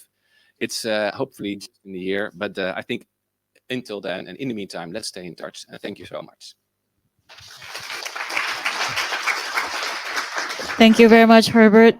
Now it is only fitting that the primary host of the closing ceremony to share her impression of 2024 Winner Week and deliver the closing remark on behalf of the government of Republic of Indonesia. Due to the sudden duty call last night, however, Ambassador Mayer Fasi is unable to be with us today. He is represented by I Gusti Ayu Rati Astari, Minister Counselor, Information, Social and Culture. Ibu Astari, the floor is yours.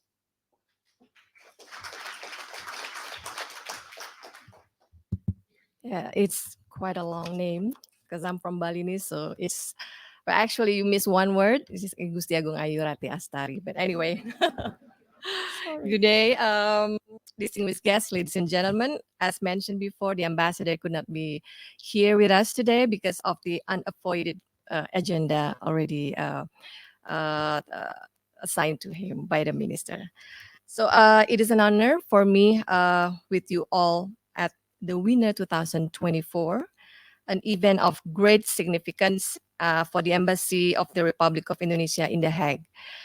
This gathering marks the first major event since the opening of the Indonesia House in Amsterdam, officiated by our minister, Ibu Retno Marsudi, just last week, as mentioned by Anissa at the opening. So the Indonesia House is bridge between the Netherlands and the Indonesia, and to further boost the collaboration and the bilateral relation, in this case, the education and also research between the Indonesia and the Netherlands. So over the past decade, Indonesia and the Netherlands have fostered a warm, forward-looking partnership through the Comprehensive Partnership Agreement. As we step into the next chapter, our new plan of action for 2024-2025 reaffirm our commitment to strengthening cooperation across various sectors, with education and research taking center stage. Winner 2024, like the 4 previous edition, but this is my first Winner Week in The Hague, serve as a testament to the fruitful collaboration between our two countries. Matchmaking process session, engaging panel discussion, and the involvement of young scientists, we celebrate the progress we've made and explore new avenues for further cooperation. I would like to extend my sincere gratitude for both Education Attaché, Bapak Agus and Yvonne, and Kemendikbud and BRIN, NUFIC Southeast Asia, ALMI, Kenawe, and WO and OCW for their invaluable contribution to this event. In line with the priorities of both our government, I'm pleased to see discussion addressing global challenges and such as sustainability and urbanization, including exemplary projects like Indonesia's News Capital, brought just now by our speakers. So looking ahead, we are very eager to see more collaboration, as mentioned by all the speakers. We need more energy in the room. Where there is a will, there is a way. I do believe in that. And let's ensure that our strategic alliances between knowledge institutions remain strong, and that the impact of this collaboration continues to grow. So once again, thank you very much for all your participation. Please enjoy the Indonesia House in Amsterdam. And I look forward to seeing you all in the next Winner 2025. Thank you.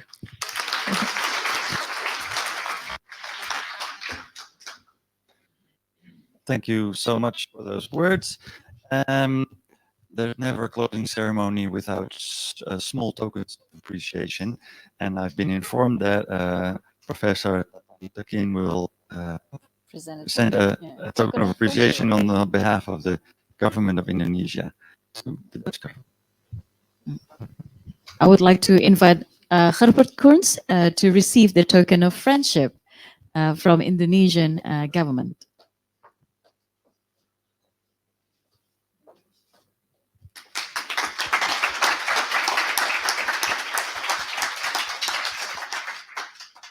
Thank you.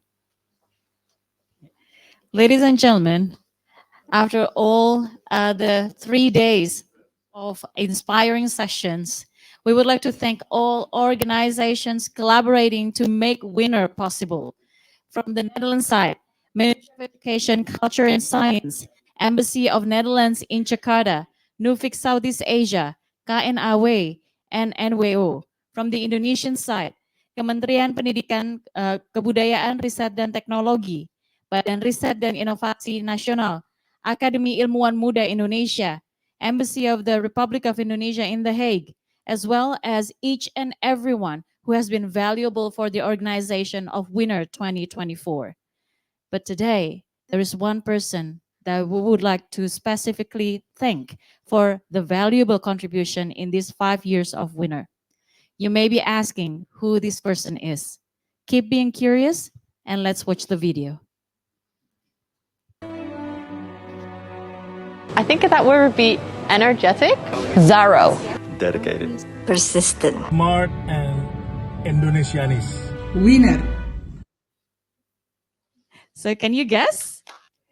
Can you guess? Anyone can guess? There's no prize. No prize, but promise of fun. I think that word would be energetic. Zaro. Dedicated. Persistent. Smart and Indonesianis. Winner. Can you already guess? Yes? Can you say, loudly say the name? Woo! Okay, let the video roll further. And let's call the person of interest, Peter van Tijl. I think Peter was always sort of the driving energy behind Winner.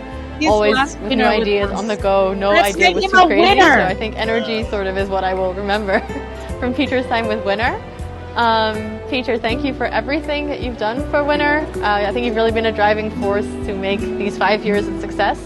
When I think about Peter, I think about connecting people, organizations, students, researchers, universities, and of course all between Indonesia and the Netherlands.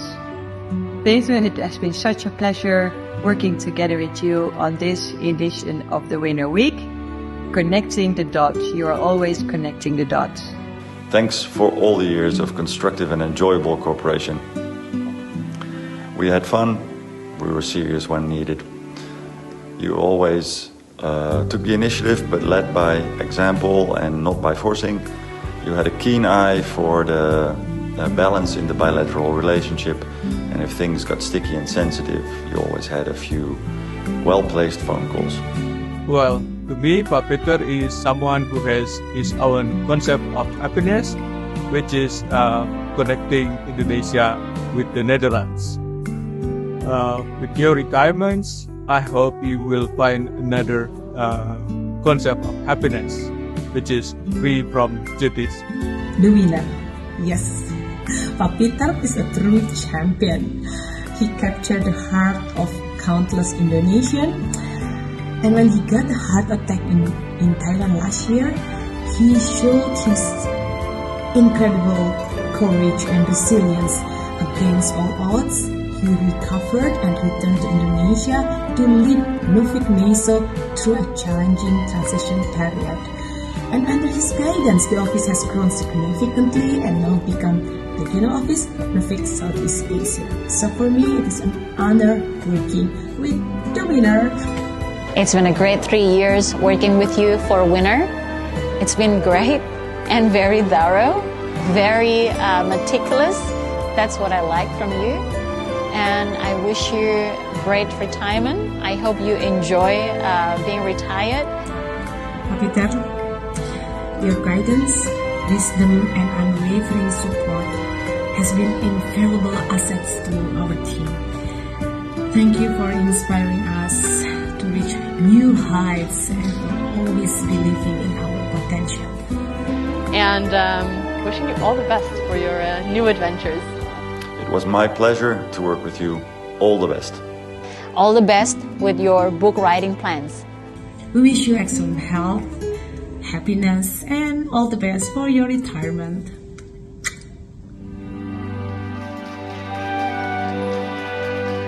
I'd like to call them Agus and also honor. Give it token of friendship and also celebrate retirement. Celebrate Peter as a winner. You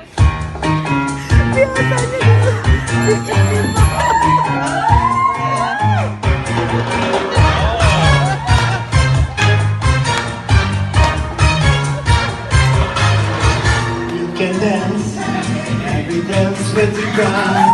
Give you the eye, let him hold you tight. You can smile, every smile for the man. Held your hand beneath the pale moonlight. But don't forget who's taking you home and whose in arms you're gonna be. So darling, sing the last dance for me. Oh, I know that the music's fine, like sparkling wine. Go and have your fun, laugh and sing.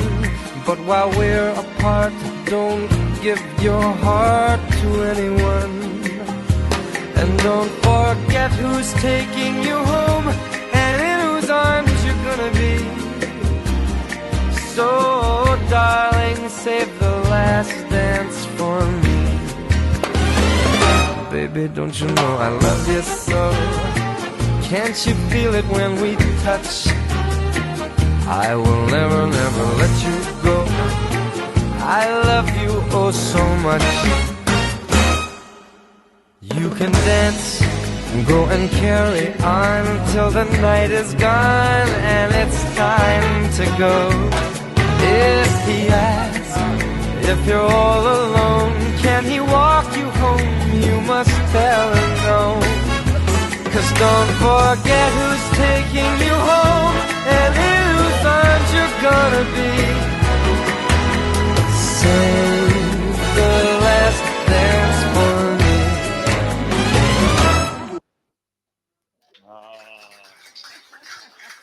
Yeah.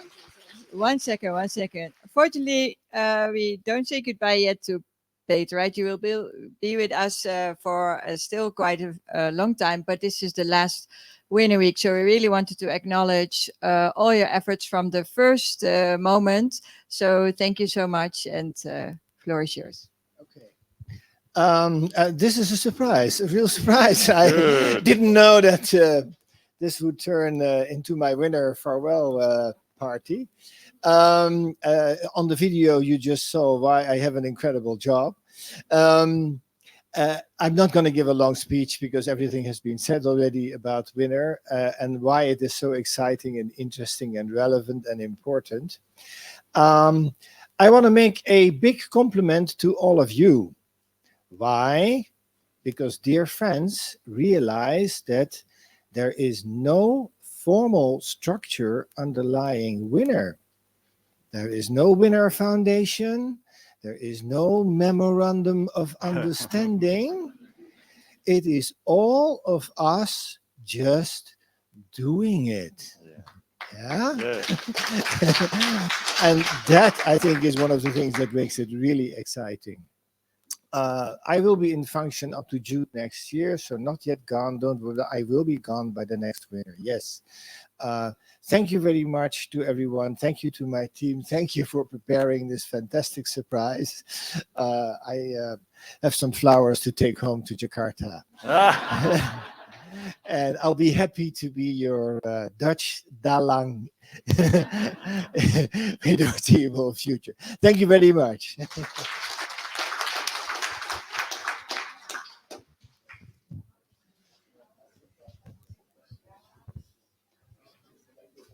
I love it when a plan comes together.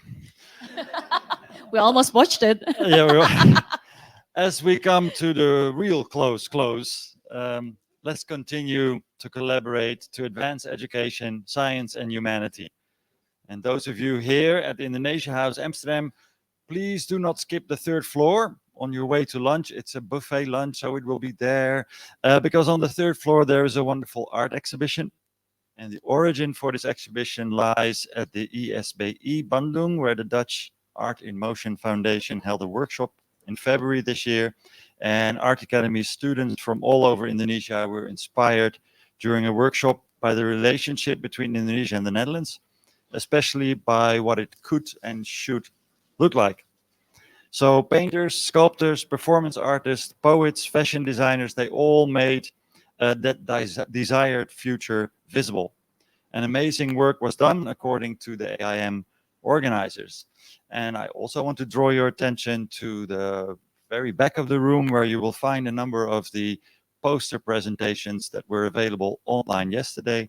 They will now be physically there for you to look over before you go and enjoy your lunch, which is served on the ground floor. Now, allow us to sign off. Yep.